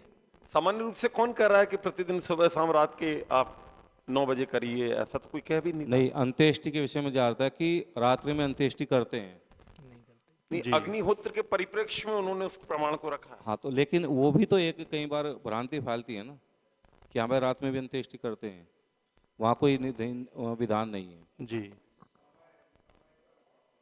सार्ध चतुर्वादनम अभूत। 2 हो गए, 3 व्यक्ति थे ना, एक कौन थे, कौन? अच्छा, आचार्य शीतल जी बस अंतिम पूछने वाली आप। एक ये अभी जो आचार्य जी ने बात छेड़ी थी, आचार्य कर्मवीर जी ने, कि उसमें लिखा है पंक्ति में थोड़ी सी आहुति देकर। ये थोड़ी सी शब्द से ऐसा नहीं निकल रहा कि रात्रि में अग्निहोत्र नहीं करना चाहिए, क्योंकि यदि अग्निहोत्र करना चाहिए अभिष्ट होता तो उस दिन भले ही आपातकाल है, उस दिन छूट मिल जाती कि भाई पूरा कर दो, कोई बात नहीं। पर यहाँ पर लिखा है थोड़ी सी आहुति देकर, इससे तो ऐसा प्रतीत हो रहा है कि रात्रि में नहीं करना चाहिए। रात्रि में नहीं करना चाहिए। नहीं, तो विधान हो रहा है, थोड़ी सी का विधान हो रहा है, न का नहीं। नहीं, थोड़ी सी का विधान इसलिए ही तो किया जा रहा है ना कि रात्रि में नहीं करने योग्य है। यदि रात्रि में करने योग्य होता तो थोड़ी सी शब्द नहीं लगाते हैं कि आपातकाल है, उस दिन भले कर लो, पूरा ही कर लो। वो पूरा करने को मना कर रहे हैं।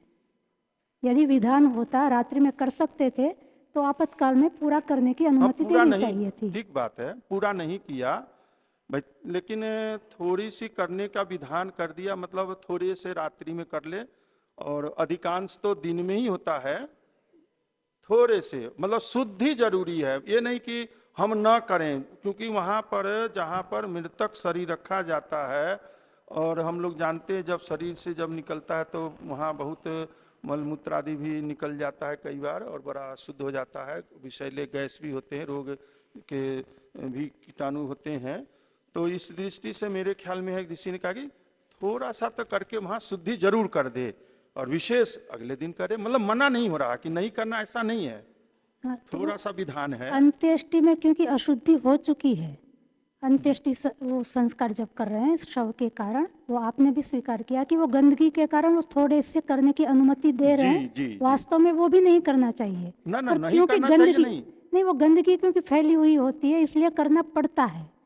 उसको हम अग्निहोत्र में घटाएं जो सामान्य विधि है, इसलिए अग्निहोत्र भी रात्रि में कर सकते हैं। ये विधि मेरी दृष्टि से नहीं निकल रही है। ये तो आपातकाल में क्योंकि गंदगी वैसे ठीक है, फैली वही हुई है। ठीक, सहमत। दूसरा प्रश्न मेरा ये था कि अपने यहाँ जो प्रमाण आ रहे हैं अग्निहोत्र संबंधित, काल संबंधित, अग्निहोत्र के काल थोड़ा संबंधित, ध्वनि थोड़ा पीछे कर दीजिए।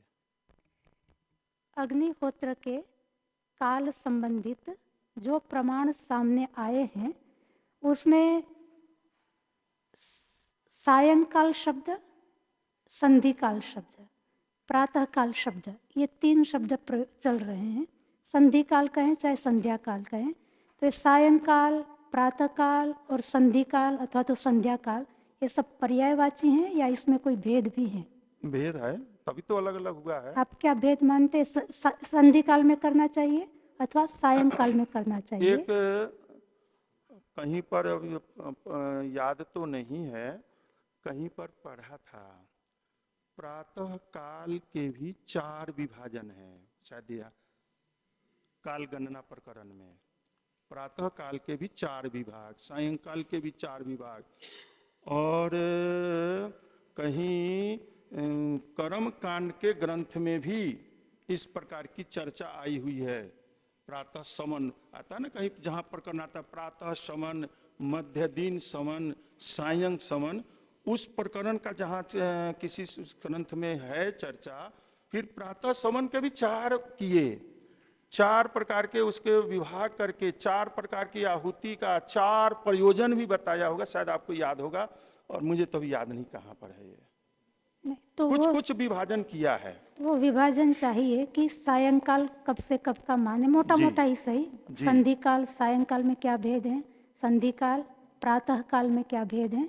और ये प्रश्न मेरा 2 वक्ताओं से, अन्य 2 वक्ताओं से भी है कि वो संधिकाल, सायंकाल, प्रातःकाल को एक मानते हैं कि अलग अलग मानते हैं, और भेद मानते हैं तो क्या मानते हैं? अलग अलग है। क्षमा कीजिए आचार्य जी, बार बार खबर आ रही है कि 4:30 बजे से ऊपर हो गए हैं, तो जो लोग संध्या वगैरह देर तक करते हैं उनकी भी व्यवस्था बिगड़ रही है। तो कोई बात नहीं, अभी रात्रि का सत्र है अपने पास। धन्यवाद। आप अपनी बात वहीं से प्रारंभ कीजिएगा आचार्य जी, और आचार्य जी फिर आ जाएंगे।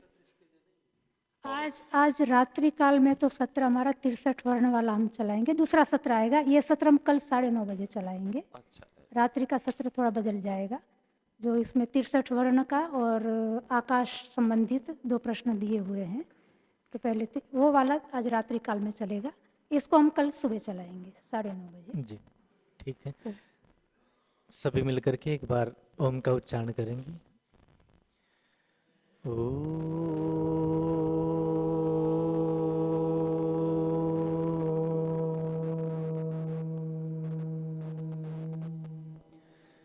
शांति शांति शांति, सर्वेभ्यो नमः।